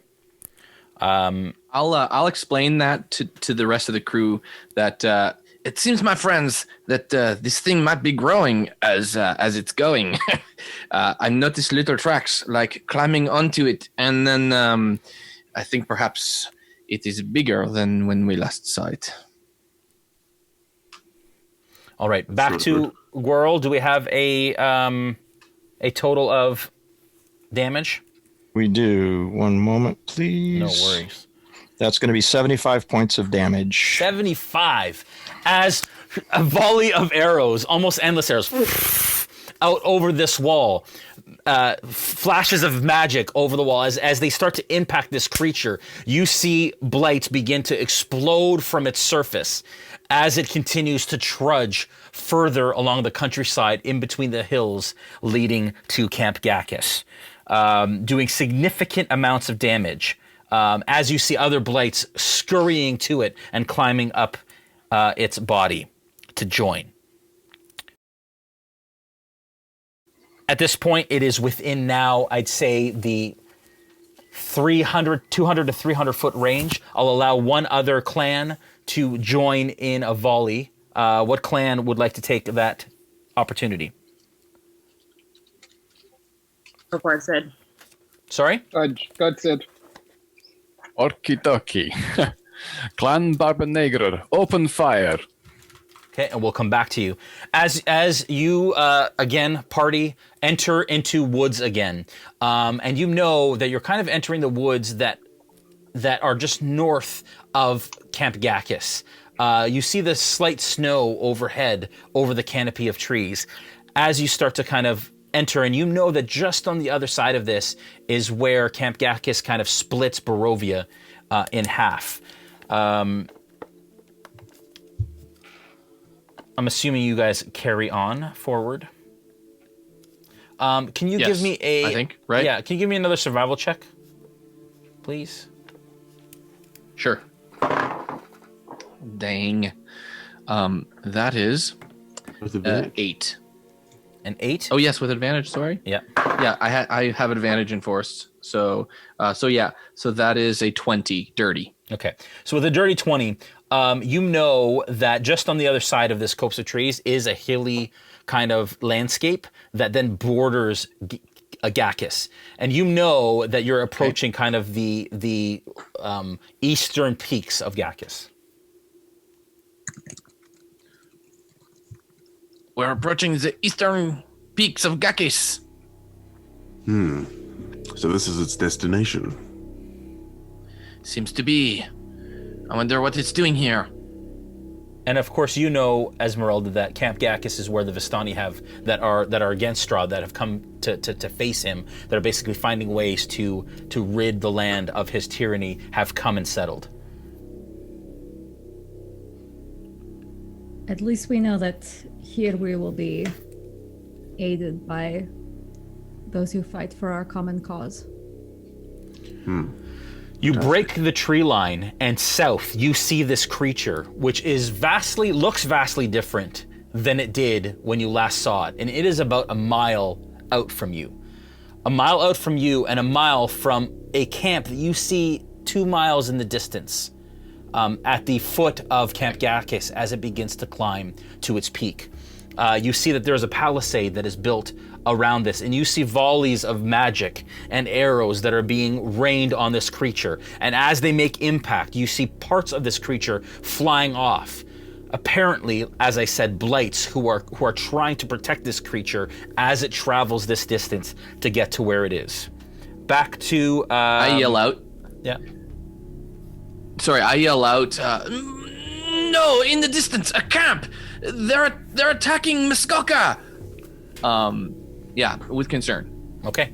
Back to Barba Negra. Damage. Muted. You're muted. 65 points of damage. 65. Very nice. You guys.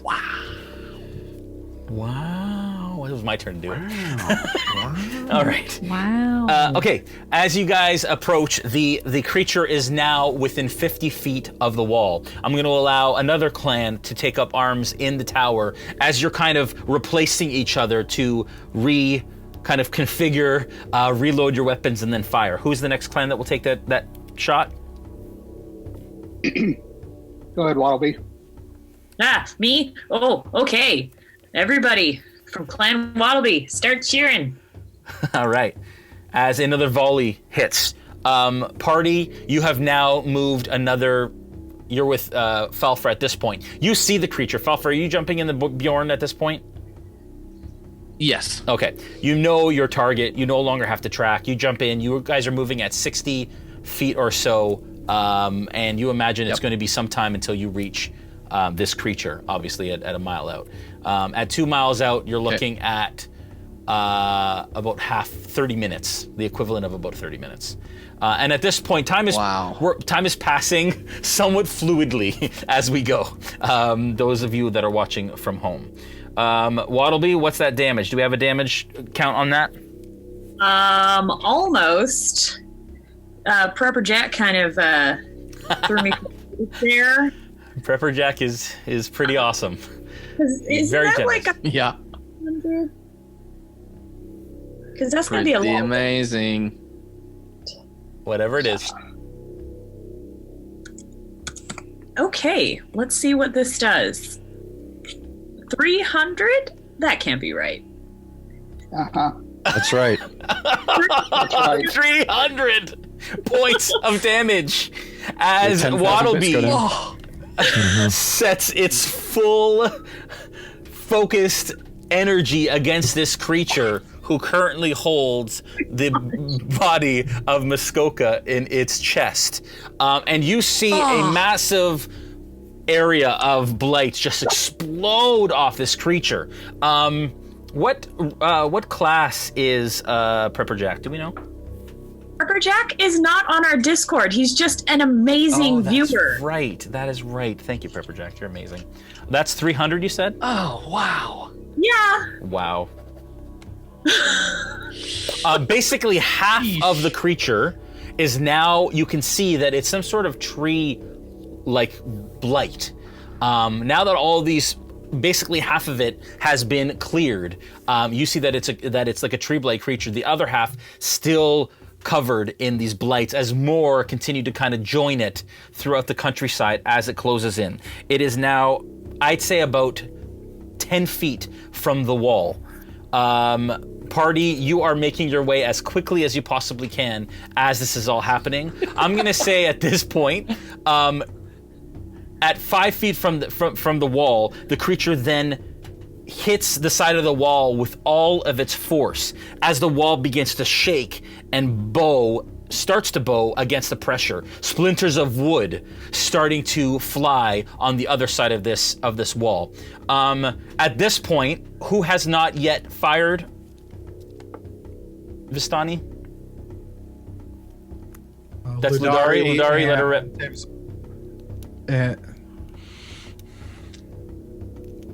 Back to the party. Clan Ludari. Let's go.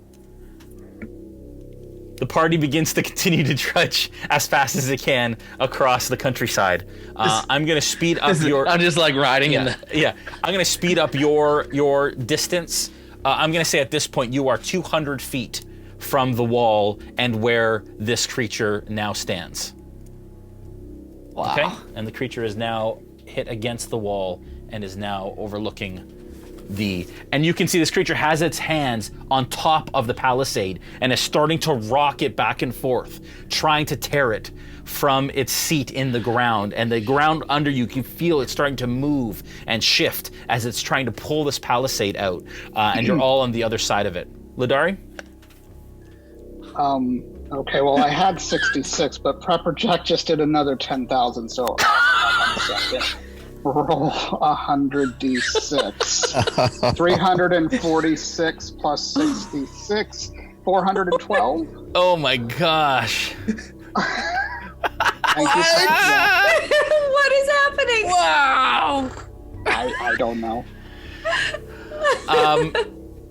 As you do this, a large, massive chunk of wood flies off of bark flies off this creature as it begins to stagger backwards away from the wall slightly, stopping it from trying to tear down the palisade as it has let go and is reeling on the other side, enough that you can't even see it on the other side except for Tamazar, who has now taken up a spot in the tower and has your eyes set. Steve, make the call.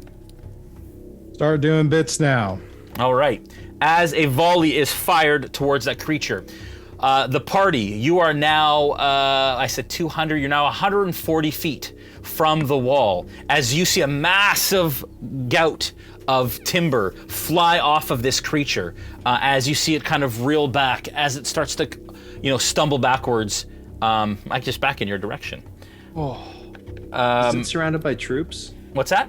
Is it surrounded by like troops, like the druids and No, so no druids, no barbarians, but you do see out of the trees some of the blights are still continuing to kind of clamber up it. Not as much as have been blown off and destroyed, but you can see that it is slightly regenerating or being refreshed. Its armor kind of being filled in every turn. You said we're how far back from it? 140. Oh, nuts. Okay, Tamazar, what do you got? One moment. we had another prepper jack incoming. Yeah, there's a lot more dice to suddenly roll. MVP Prepper Jack. Wow. Prepper Jack is the Mad Mage. Prepper Jack is the Mad Mage. He's the Mad Mage. She's the Mad Mage. Oh. I think Prepper Jack has earned that title. Yeah, I think so. All right. This is amazing. I just want to thank our Discord, first of all, for all you guys do for our community. I want to thank the elders for all you guys do while we're just waiting for these numbers to come in. It's really, really super awesome, and we wouldn't do this without you. We wouldn't want to, so thank you. So great. So great. It's that much, eh, Steve? Ran out of fingers? First half was 289. Okay. Jeez. Oh, wow.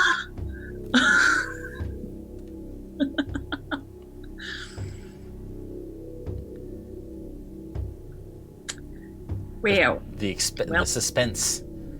Right? It's killing the tree. The first half of the volley smashes deep into this creature as it takes another step back further from the wall. Second half, 248. Wow. Okay. Another one into the other side of the creature as it reels backwards, not quite understanding or knowing what it was facing.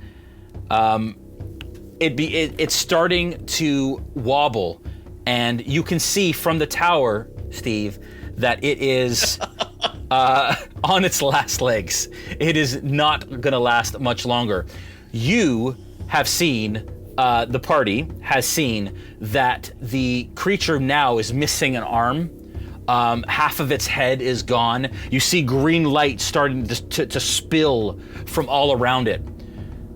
In one last attempt, the creature begins to clamber forward and almost basically falls onto the wall. Its one arm over the top of the wall, its head just over the palisade as it screams down at you. One last volley from all clans to try and finish off this final creature before it tears your wall down. That is all of you. Go ahead and fire. Gosh. You guys are now within 90 feet at this point. As you see this creature who holds your dear friend draped over the side of the wall. Is there anything you guys want to do while we wait for this damage? Yes. I feeling just welling with tears for a deep sense of Vistani pride comes over me, and a really strange, sudden craving for Prepper Jack cheese. I will, for Prepper Jack, will hurl a lightning bolt at it. Okay. So that it has to make a dex. Dex saving throw? Yes. Okay. All right. What's the DC on that? 14. Okay. It passes. Unfortunately, Wow. I'm sorry. Wait, does that take half damage? I don't know. I also know that it continues on in a straight line through creatures, but there is a palisade in front, thankfully. It does take half damage. Half damage. Okay, what's the half damage on that? Okay, so.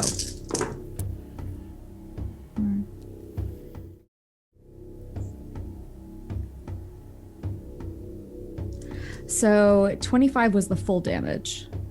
Okay. All right. So it begins, you see it, and you see this lightning hit from behind Vistani. And from your vantage, looking up at it, as it stands at the wall, you see it's racked with energy from behind. What is the final count of damage from the camp? 1 million. That's like another 293 at least. Okay. From Clan Gorilla was about 200. Okay, so anyways, the final volley. Guys, I didn't expect this much, so obviously this thing... Anyways, with your final attempt, with all that you have, you put everything you have in this final attack as it explodes in a shower of bark and timber and blights. The green energy dispersing as an explosion basically rains the camp with debris. Well done, Camp Gakus. You have destroyed the final creature even before the party could get there. Party, from your perspective, party, you see the creature decimated, basically disintegrated before your eyes, as nothing is left when the dust settles. You close the distance, and your heart, obviously, in your throat, wondering what the fate of your dear friend is. What do you do? Trying to just go and look for him, I guess. Okay. Yes, like frantically sifting through all of the broken twigs. I'd like you guys and to make an whatnot. investigation check, I would please. say All of you. I have never been more proud to be Vistani than at this moment right now. Thank you, everybody. Yeah. So amazing. And I will run over there and try to see if he's okay. Okay.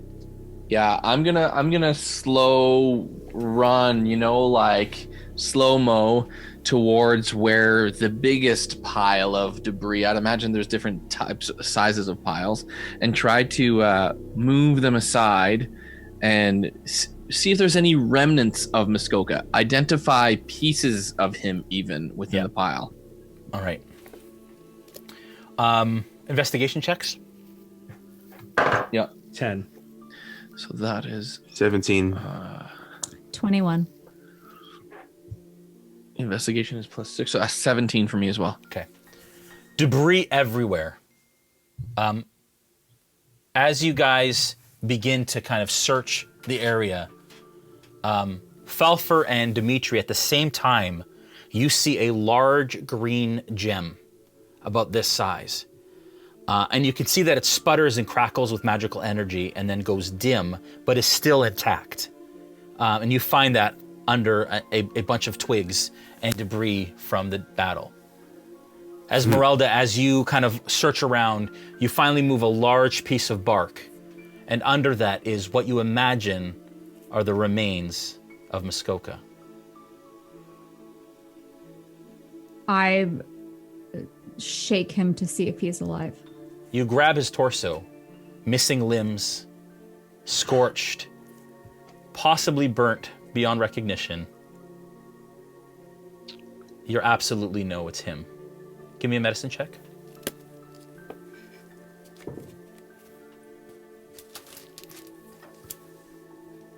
$17. 17, there is no life that you can tell. What do you do? Do we have a resurrection spell? You're not there. And one of the things. You're not there. I'm not there? Well, no, I'm literally. she hasn't said anything yet. I just yell out. Oh, I for- see.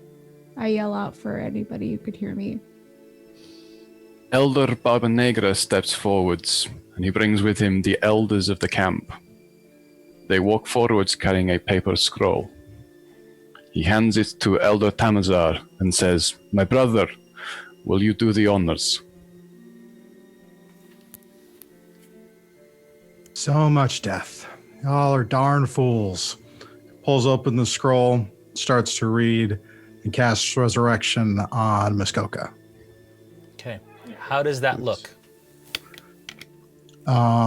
He's kind of looking sternly at the party and nods to his companions as he recites the scroll. And casts. Get his body starts to emit a light. The limbs start to regrow. The wounds close up. Light returns to his eyes. Now, Dave, welcome back. Are you... Oh! Wait, shh. Is your soul willing to return to your body?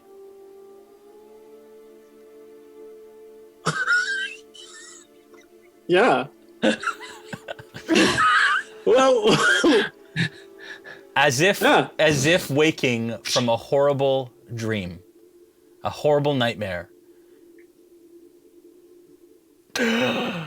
Muskoka gasps and comes to life. Now, it takes an hour. Am I still missing limbs? So there was time. but you look down and the sinew in the skin is still sewing itself and attaching itself around you. You feel the tingle of life and blood starting to rush to your limbs. And as it ends, you are now complete and you have been resurrected. Oh my gosh. Do I have any memories of like what this beast was doing, or did it just kind of all go black as it went up? It went black, and then you were embroiled in a horrible nightmare for what seemed like an eternity. Coming back from the dead is an ordeal, though. You take a -4 penalty to all attack rolls, saving throws, and ability checks. And every time you finish a long rest, the penalty is reduced by 1 until it disappears. Okay, so you have basically 4 long rests until you are gone, until all your penalties are back. What do you all do? Okay, but I'm not dead, eh? Muskoka, are you okay? So I look around at all the debris and the blown up wood, and I'll look at Ezmerelda and I'll say, "Is it Dmitri again?"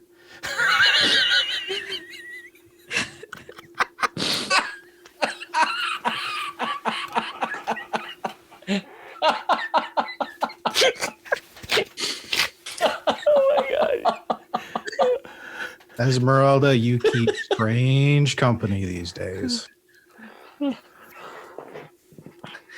I just know what it is about him. I think it's I just think I like him because he smells like maple syrup.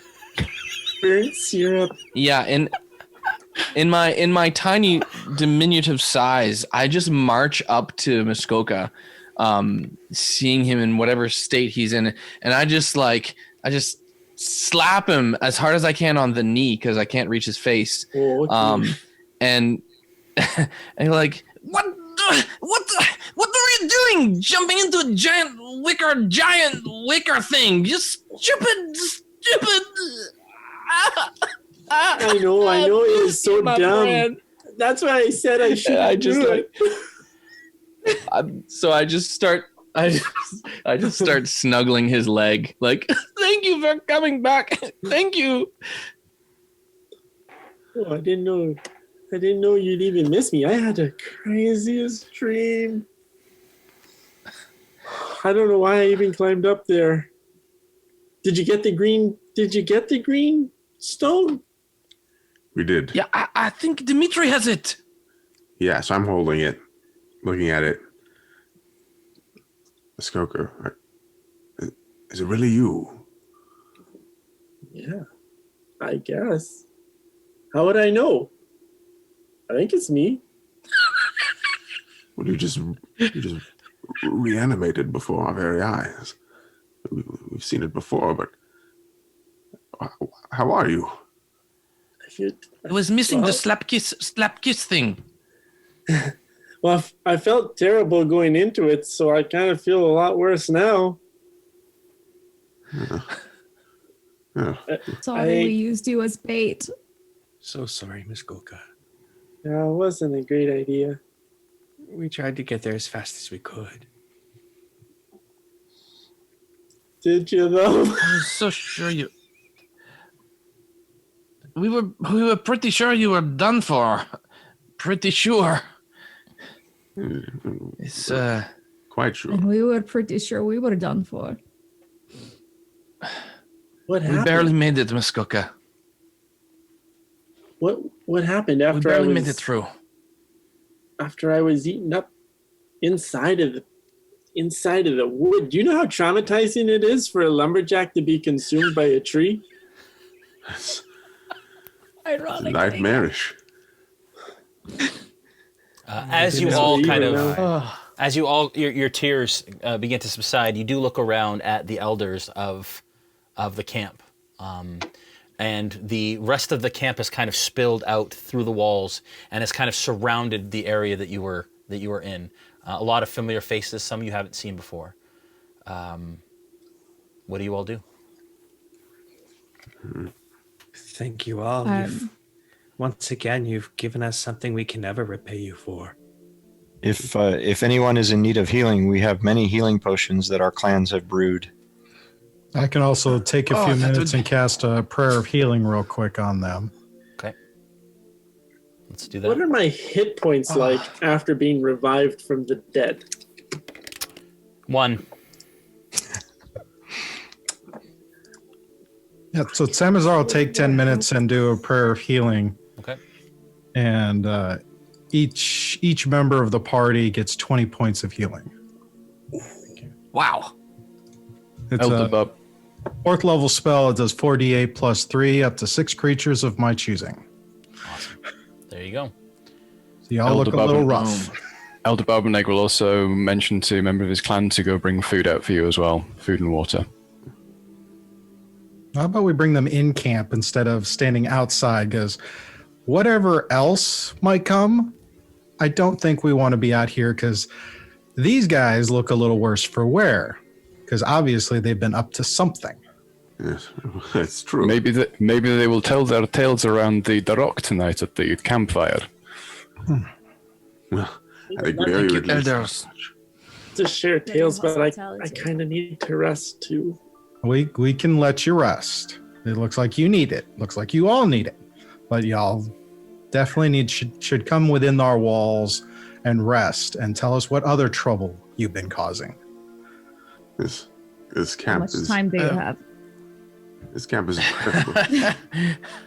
I feel I've been. We can tell you about the last bonfire that Dmitri lit. It was quite a journey. But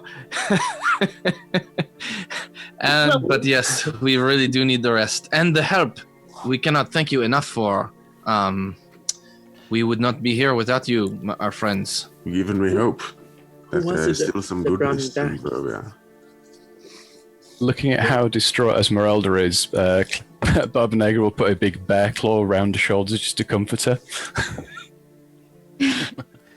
And I will walk up to Sterling and reach up max height for my arm and take his finger and say, "Hi, do you remember we played before?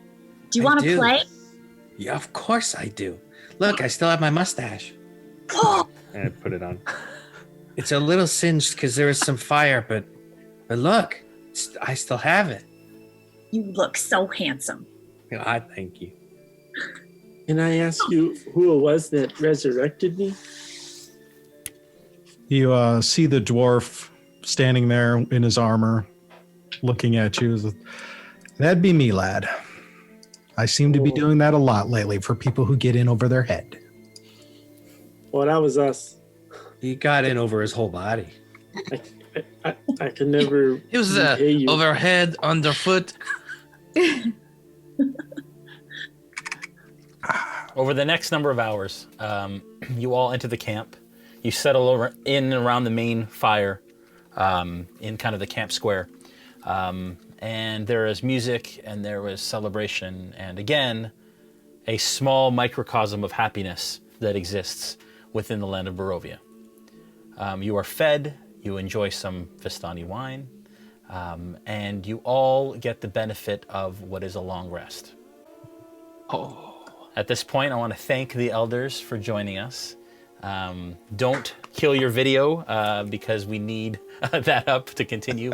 But I just want to thank you all for joining us, for everything that you do for our community. This was our way of saying a massive thank you.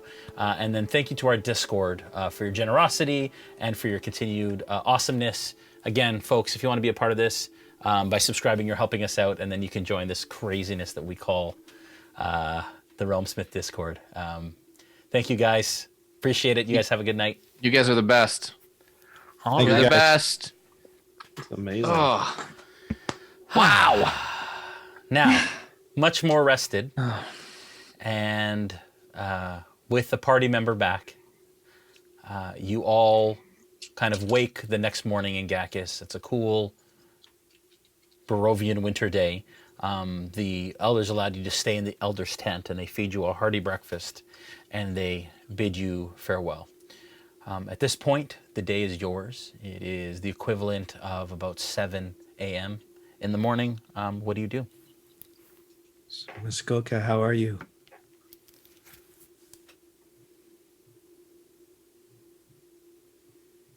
You're muted. Yeah. Sorry, can you go over again my exhaustion levels that I have? Yeah. So you get a you take a -4 penalty to all attack rolls, saving throws, and ability checks. But every time you finish a long rest, one long rest. Yeah, it's reduced by 1, so now it's -3. Yeah. Okay. Last night was pretty tremendous, my friends. Tremendous. I don't think I'm emotionally No? ready for puns. I'm only happy that That's the only way I get through my day. I think you have to leave this one alone. Oh, okay. Get it? Do Wait. you see what Leave? I did there? Leave. Yes. Leave this one leave alone. it alone.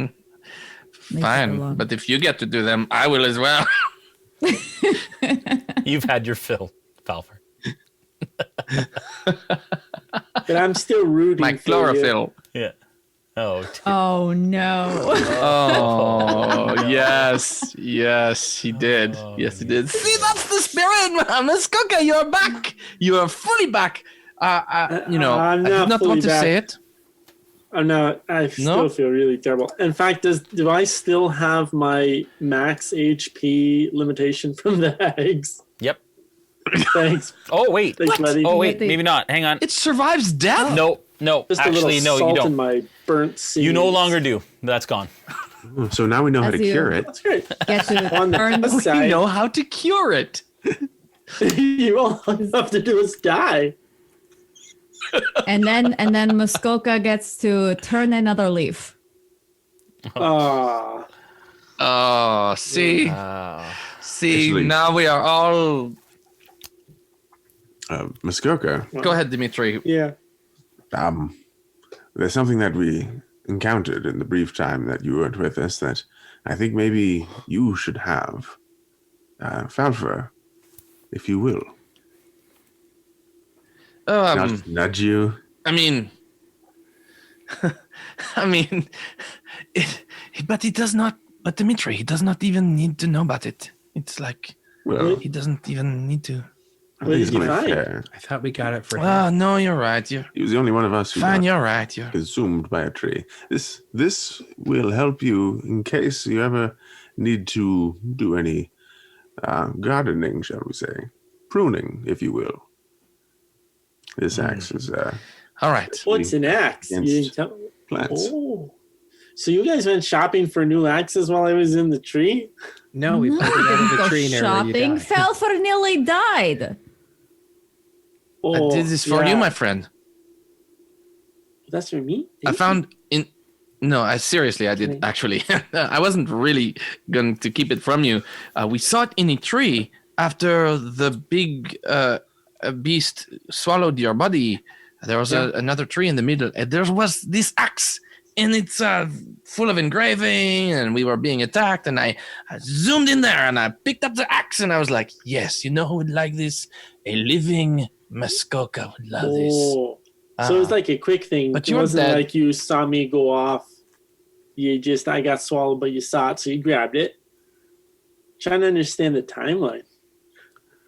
It was after he got Next to- swallowed, Next to us. Oh, and It took Well, us that's like good. 2 minutes to You That's really should cool. Can I understand see that, it? like, when you got swallowed by that tree, it like ran away really quickly. Yeah. oh. And It we took didn't us know some if you. time to catch up. We thought maybe you were, we didn't know if you were still alive. We had to try and do something. I I wasn't. mean, let's be honest. If we looked through the wood outside the gate, we'd probably find a few of your limbs. oh, Am I still missing? he's not wrong. limbs? Well, they grew back, but the other ones are still out Like there. the old ones? Healing's amazing. Maybe we That's should a stop. very creepy thought. Do you think maybe we should stop branching the party like we did? Oh yes, like Yes. I it's think like splitting wood. That's a good lesson to take from this. And It really It's- sapped the life out of me. it just Wow. occurred to me because when we left things off at the end of the last session, Sterling was carrying the unconscious dude we had tied up. Right. Yes. Yeah, you were. I may have forgotten about that. And I don't think we would have left him behind. And you're strong enough to keep him on your shoulder the whole time. He's probably on the other side of the harness. I do. Yes, it's the clink, clink. The plan. He is actually he never came to, and he was actually still in obviously not just unconscious, but some sort of, you imagine some sort of magical coma that has actually kept him unconscious this entire time. Okay. Assuming we still have him with us, and he is Vistani, right? No, he was dark-skinned human, but not of that you know. Then assuming that we still have him with us, I would probably want to suggest that we leave him here. In the camp? Yeah, in case he can be healed. And, okay. Yeah. Okay. Yeah. All right. We should take the opportunity to yeah, I was just going to say we should probably take the opportunity to find someone who can help us get him out of this magical thing. Do we know it's magic, Jay? That he's like, that he is unconscious magically? Yeah, like with the time that you spend with the Vistani, you all kind of surmise that he is not unconscious by any non-magical means. There's something else going on. Okay. So are we going to leave him here with the Vistani then? And we should explain to them first, I think. We don't know if he is good or evil, and so if he does wake, they may need to have somebody that can, take care of him if they need to. We should also ask him questions because, he was on the back of Strahd's horse. We have an enemy in Strahd. Oh, that Perhaps he knows things. Man. Yes, no, I'm just remembering that guy. What if he's a vampire? Could he be a vampire? But he was bound with silver chain, remember? And I pull out and I hold up the silver chain. Who's that guy? But why would he be bound by silver unless he was... Yes, well, I believe I recall the idea was that it would need some sort of transformative creature to animate the tree creature. And so presumably this person is is that why they transforming took sword. Muskoka instead? So was Strahd bringing a werefolk to power this beast, but instead I just climbed into it instead? Mm-hmm. Yes, you kind of used it as an escape, but it was a trap. But kind of egotistical of him to bring his own thing to battery power, like his own effigy. I wonder if this gains brownie points with him. I don't think so. We saved him a sacrifice? Drew. In fact, this gentleman owes us his life, if by that count. Don't know if he will see it that way. We should, at the very least, speak to him. He must know something about Strahd and how he got on the back of that nightmare is surely something we should discover. Yes. Maybe I should just re-tie him up with this silver chain, just to be safe. Yeah. I was going to keep it a useful time, but I think now's a very useful time to use it. Pretty good timing. Might be right. Yes. I'll take it and I'll tie him up again with it. So you tie him up before you leave the camp? Yeah, tie him up with the silver chain. And you obviously let the Vistani know why you're doing this. Yeah, we've explained. Okay. Yes. Okay. Yeah, we tell them everything we know. Okay. I want to where is this guy? I kind of want to hang out sort of near him. Yeah, he and I are kind of really in this thing together. Like we're both shifters of one form or another, both meant to be a sacrifice for Strahd's monster. This is not the time for bonding. No. What are you going to do? Besides, Why, you're gonna smile and show your little silver teeth at him, and he's gonna run away from you. He can't run. He's tied up. It's very. No, that's true. It's very obvious. You'd barely even need to smile. We can see those two big things shining in your face. Pretty obvious.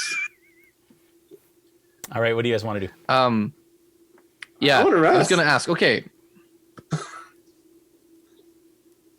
All right. Yes, of course. We will let you rest some more. But we do need to organize our thoughts here, Muskoka, because we were on the trail of some other purpose. And can someone remind me what that purpose was? We had a laundry list. Yes. There was the hags. The Mad Mage. Remember? But And more the mage. recently, we were The trying to help the hags. were-ravens and get them their crystal back. Yes. I have the Which we crystal. have. All right. Can we summon the ravens?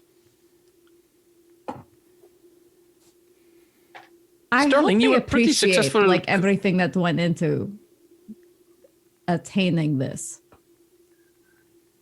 Yes. I mean, Yes. Muskoka has like first his baby limbs. I guess if the other ones grew in, like he's got his in baby Deadpool, where limbs. he's got the tiny hands. Yeah. Yeah, exactly. Yes. Could we just do that for a little while, Jay?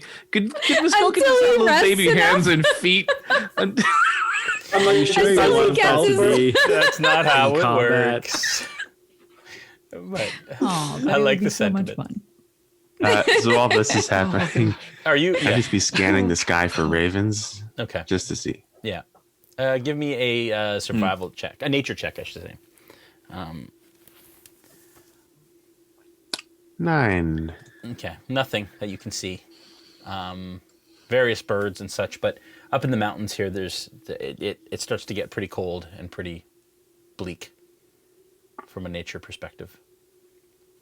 Do you guys plan to stay here in the camp? If they allow us, yeah. I guess so. Yeah, I think that'd Yeah. be a good idea. So which camp Yeah, are we if we in right could, now? that'd be great. We are in Camp Gakus, as the Gakus. top right corner will indicate.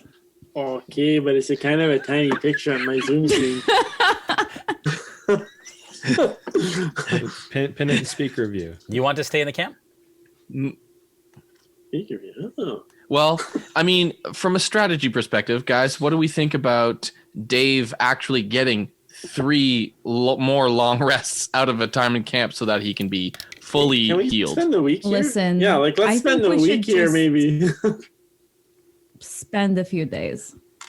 Yeah. Yeah. Now Until- that our immediate goal was to make sure that Muskoka lived, Yeah. which Well, I think other now- than like the other things you did, it was like the first thing you had to do. Okay, so you're Listen, spending. So you are spending some time in the Vistani camp. Yeah. How definitely. much time? We're trying to get to an understanding of how long you guys are spending in the camp. 4 days. What's up the to equivalent where of 3 long Muskoka's rests? baby limbs will grow. 3 more long rests? Yes. Yeah. Okay. All right. During that time, you guys learn that at the end of this week that exists, so I'd say 4 days from now, so you have 3 long rests. Within 4 days, the Vistani start to talk about an evening, and not really a holiday, but of a place and a time that is the darkest for Barovia. They call it the hallowed evening, where the veil between the evil planes and Barovia are thinnest, where horrors kind of cross over and are able to make their presence even more known. It's a time where Strahd himself actually feels less in control, where he has to actually watch his borders more, where the fogs tend to draw in the evilest of its creations and of its creatures. And the understanding that you have is that the Vistani tend to prepare for that evening. And in that time have told you that you need to make sure that you are in a place that is defensible and safe as possible. The 3 days pass. You pass, I'm assuming, most of the information that you have about what's happened in the last number of days. They pass information to you as well. I do want to try on this plate armor. Okay. Just to see. Yeah, and you do, but it's not super comfortable. You can tell it's more decorative. It wasn't quite made for you, and armor tends to be quite form-fitting. So even though you can wear it, it's not quite ideal, I'd say. Okay. Maybe I'll find a blacksmith to see if I can get it fitted. Yeah. Can you tell me at all about my axe, or you can tell me about that later? Yeah, so your axe, you get an extra 1d8 damage against plant creatures or plants. Okay, so that's not a D&D Beyond thing. It may be there. We'll add it though in between sessions. Okay. Oh, plant creatures, man! Remember when I used that like a day too early on the plant creature? Yeah. During your time at the camp, Falpher, I'd like you to make a Constitution saving throw, please. What? Okay, but I mean, I'll be fine. Best stat. You fell out of the baby, Bjorn. 13. Okay. On the third evening, 13. that you rest, and at this point, the camp has actually started to feel like the most safe place that you've been during your time here in Barovia.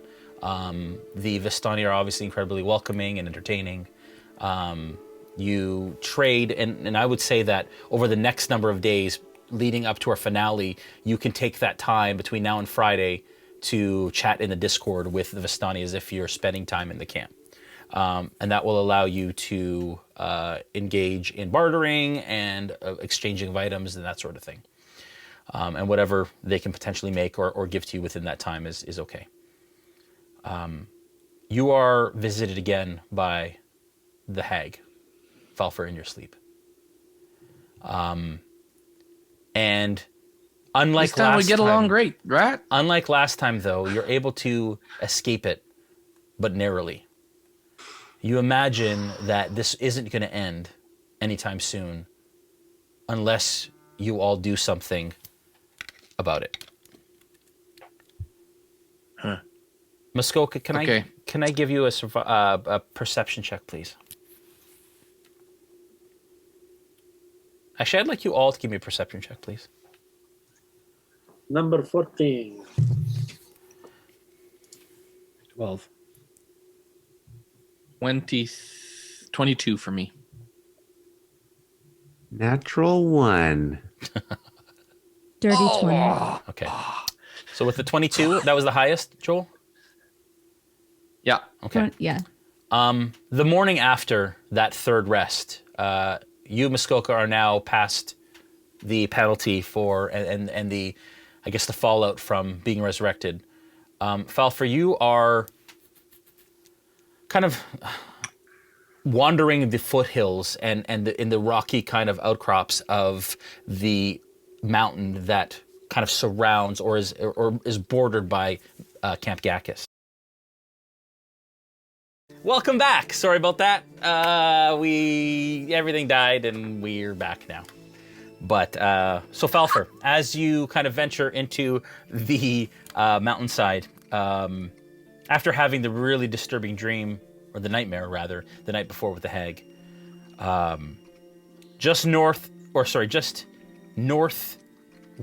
of Camp Gakus, the trees begin their steady climb up the slopes of the mountain. its monolithic presence oppressive at this distance. The ground here is rocky, uneven, and tiring to navigate. Even the wolves avoid this neck of the woods. Soon you climb above the blanket of fog that engulfs the valley. Dark thunderclouds roll overhead. You see an elk standing on a rocky spur about 60 feet away. Suddenly, it assumes the form of a man in tattered black robes. His hair and beard are long, black, and streaked with gray. You watch as his eyes crackle with eldritch power. At this altitude, you wonder if maybe your mind is playing tricks on you, and as you close your eyes and you open them up again, he is not there. And that is where we're going to end the session for this evening. Thank you everyone for watching. Sorry about the technical issues. We've obviously pushed our system as much as we could with all of these Zoom folks on. I want to thank everyone in the Discord again for your incredible generosity. I want to thank the elders for joining us on this awesome adventure. I want to thank Muskoka for coming back and David for being patient the entire session until the last half hour. And Prepper Jack. And Prepper Jack. VP. And everyone for your generous donations. It was really amazing, and we're feeling all the feels tonight. So thank you. Real quick, this Friday, make sure that you catch Part 1, that is 4 p.m. Pacific, 7 p.m. Eastern, of our Into the Mist finale here on RealmSmith. It will not be on D&D as far as I know. As it stands right now, it will only be here and probably on the Beetle and Grim channel, but we will confirm which channels. But definitely RealmSmith, twitch.tv/RealmSmith. And then right after that, catch the Lost Odyssey Halloween special with Matt Lillard and a bunch of other awesome people. Again, this is his debut as a DM in public on a stream. You don't want to miss it, and we're honored to be a sponsor of that. If you loved what you saw here, consider following, sharing, and subscribing and entering our awesome Discord community, which is so great. There's also a session on Thursday that will be DM'd by Scoob, who is Steve, who you just saw, one of our elders, that leads directly into our finale. It's not going to be live, but we will be posting it afterwards between the session on Thursday and our session on Friday, just as a little kind of side quest so that you can see what's coming in our finale. Tomorrow night, behind the screen with myself. Thursday, of course, Players Table with Joel Auge, who's apparently serving his own ads at this point. Next week. Can we sponsor our own squares? Honestly, next week he's just going to show up with his own DM screen and just start rolling saving throws and playing NPCs. It'd be great. Jeez. I am... Talk to the face. All right. You guys have a wonderful night. And next week, episode 15 on Monday night. Episode 15 on Friday night, episode 16 on Monday, and then we're on a short break before we bring back the Tides of Wildmount. You guys have a wonderful night. Bye!